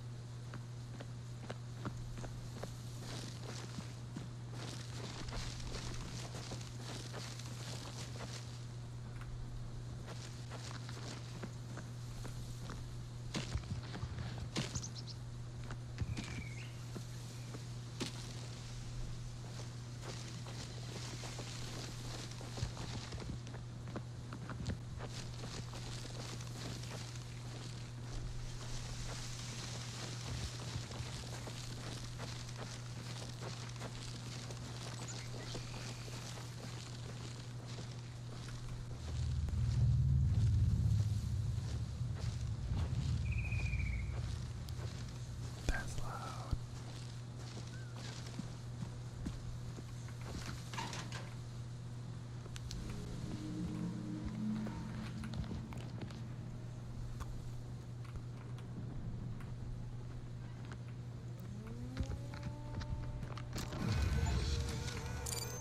Speak on.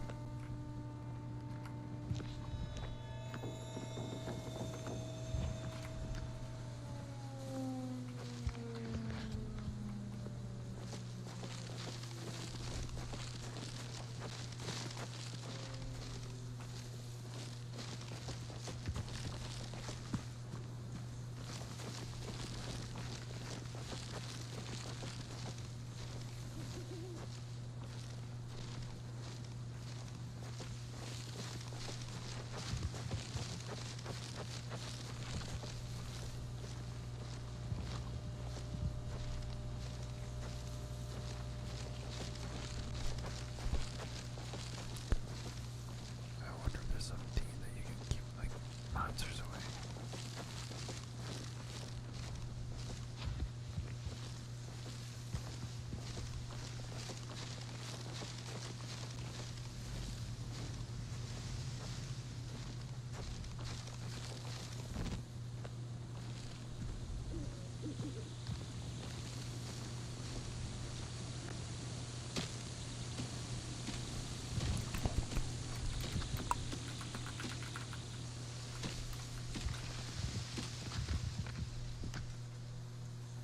Yo, the game glitched right there, man. I almost died for no reason.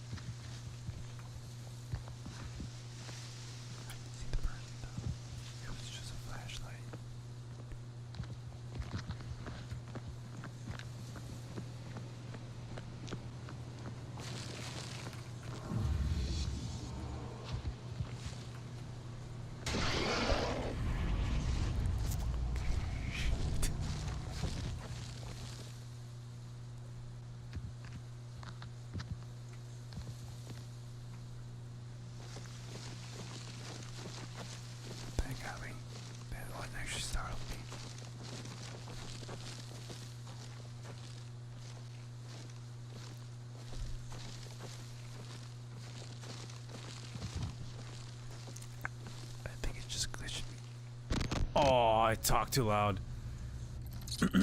If you walk through a door, it like kind of teleports you, but I don't know what happened like there. Thing scared the crap out of me though. I jumped. You see my mouse movement? That was trippy. I was curious about going towards the creatures eating them, but I was like, nah, no thanks. But my mark. I do not want to leave it yet. There's no escape, but must press on.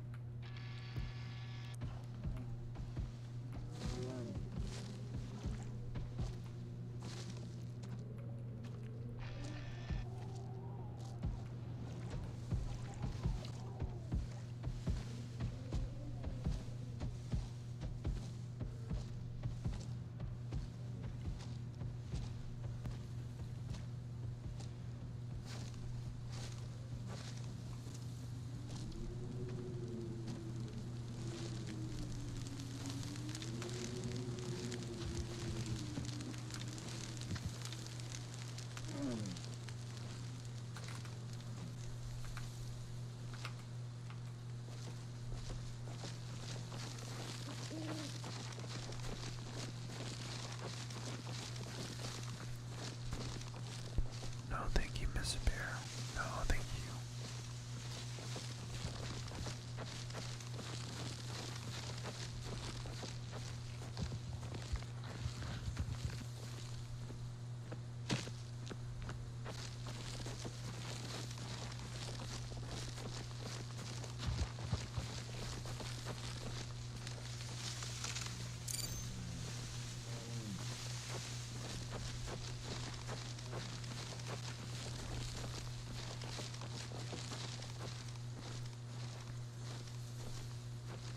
Okay. Okay.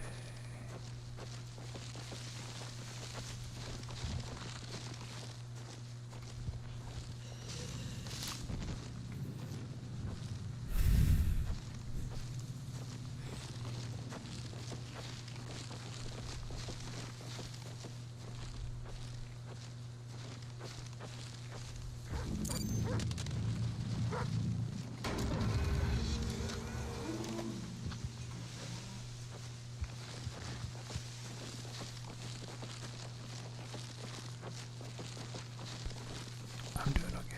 I'm doing okay. I'm doing okay.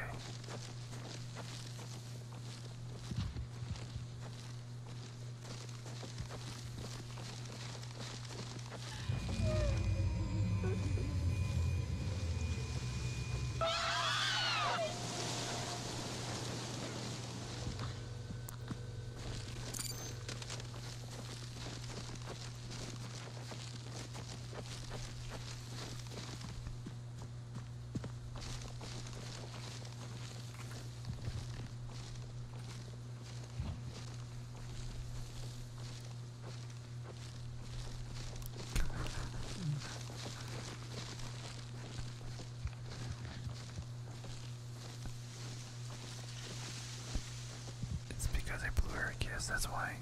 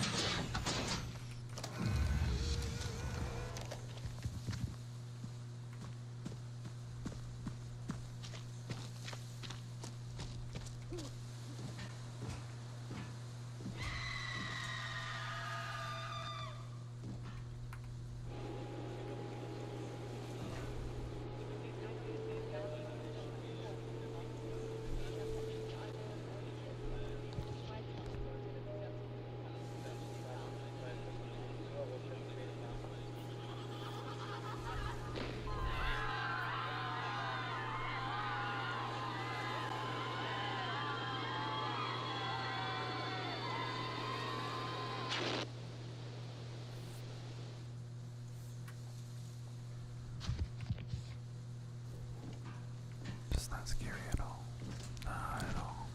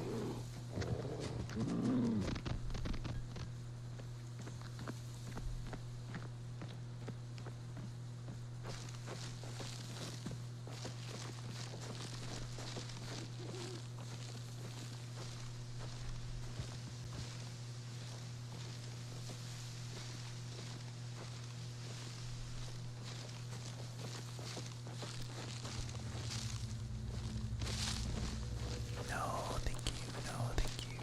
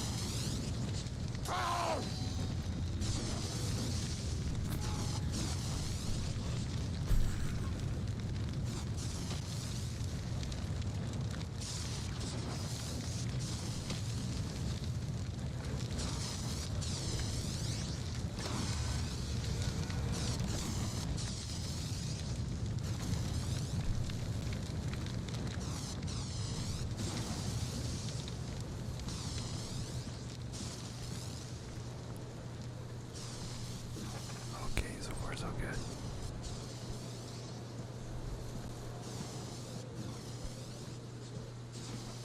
My battery's running low. I gotta find battery.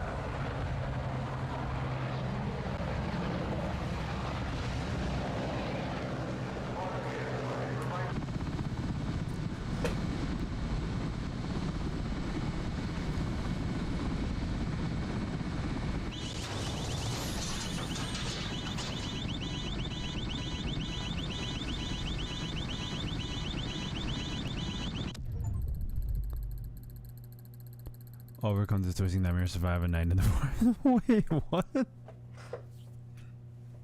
But the forest won't let you leave. Damn. Watchtower discovered. Alright. Odd vending machine discovered. Decrepit barn discovered. Strange door discovered. Battle trench. Campsite. Survival bunker. Castle tower discovered. St. Aldham. Castle ruins. Lonely well. Animal den. Mushroom pit discovered. Treehouse. Ancient ruins. Rural shack. Waste dump. I found a good amount of these. Greenhouse discovered. Then again, you know, like dying while the plants. Abandoned mine. Disused power station. That one was actually kind of creepy. With the truck flying through it, driving through in the cornfield. Those damn scarecrows. Old farmhouse. Farmhouse basement. Trigger a screen to play.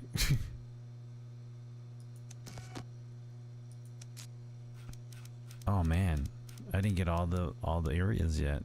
Well, at least they give you a location. That's neat. Relics. Didn't know there was that many relics. This is no fruit. Thick plastic in a hollow seedless center indicate it's some kind of mask. I see a faded logo on the inner lip. I wonder what the stories behind all this are. Travel through a rupture in space and move abruptly. The horde return to the Forsaken will light until you replenish your batteries 33 times.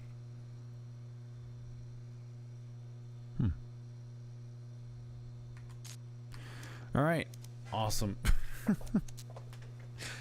It took a while for us to get the game going, but we got it going and then died multiple times. But that's it for me tonight, guys. It's already 2:10. I didn't realize that. So we'll get out of the game here and the quietness. I apologize if it was too quiet. I didn't mean to play the game where it was just like me not talking to you guys at all. But you know, tried getting something scary in there. We still got the rest of October. We're only halfway through, so like I said, we're gonna try to shoot for what is it, 7 Days to Die? Is that the one? I forgot what the game was that we were talking about here. It's 7 Days to Die, right?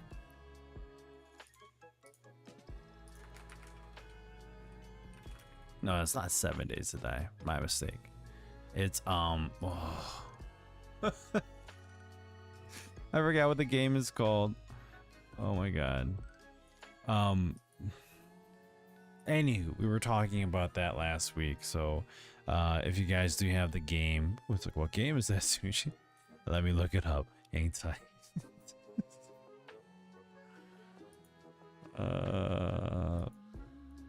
What's it called? Where is it? Where is it? Where is it? Where is it? I had it installed, didn't I? Oh my god.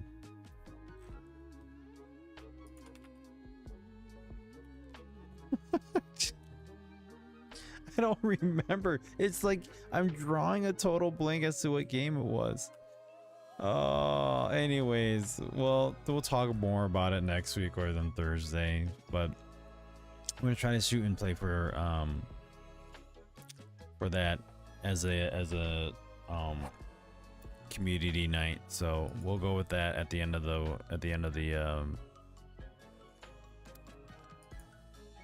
month. So I'm still trying to figure it out. I'm really bummed out that I don't know what the name of the game is called.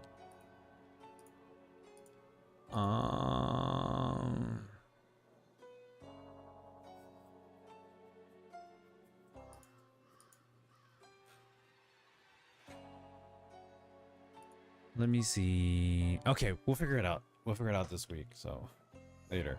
All right. Get on out of here. Thank you for tuning in, everybody. Appreciate you all as always.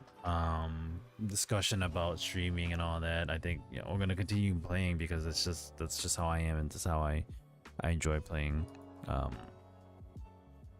streaming and entertaining. So all right. Bye all. Have a good night. We'll see you Thursday. If not, enjoy your weekend. We'll see you next week. All right. Take care now.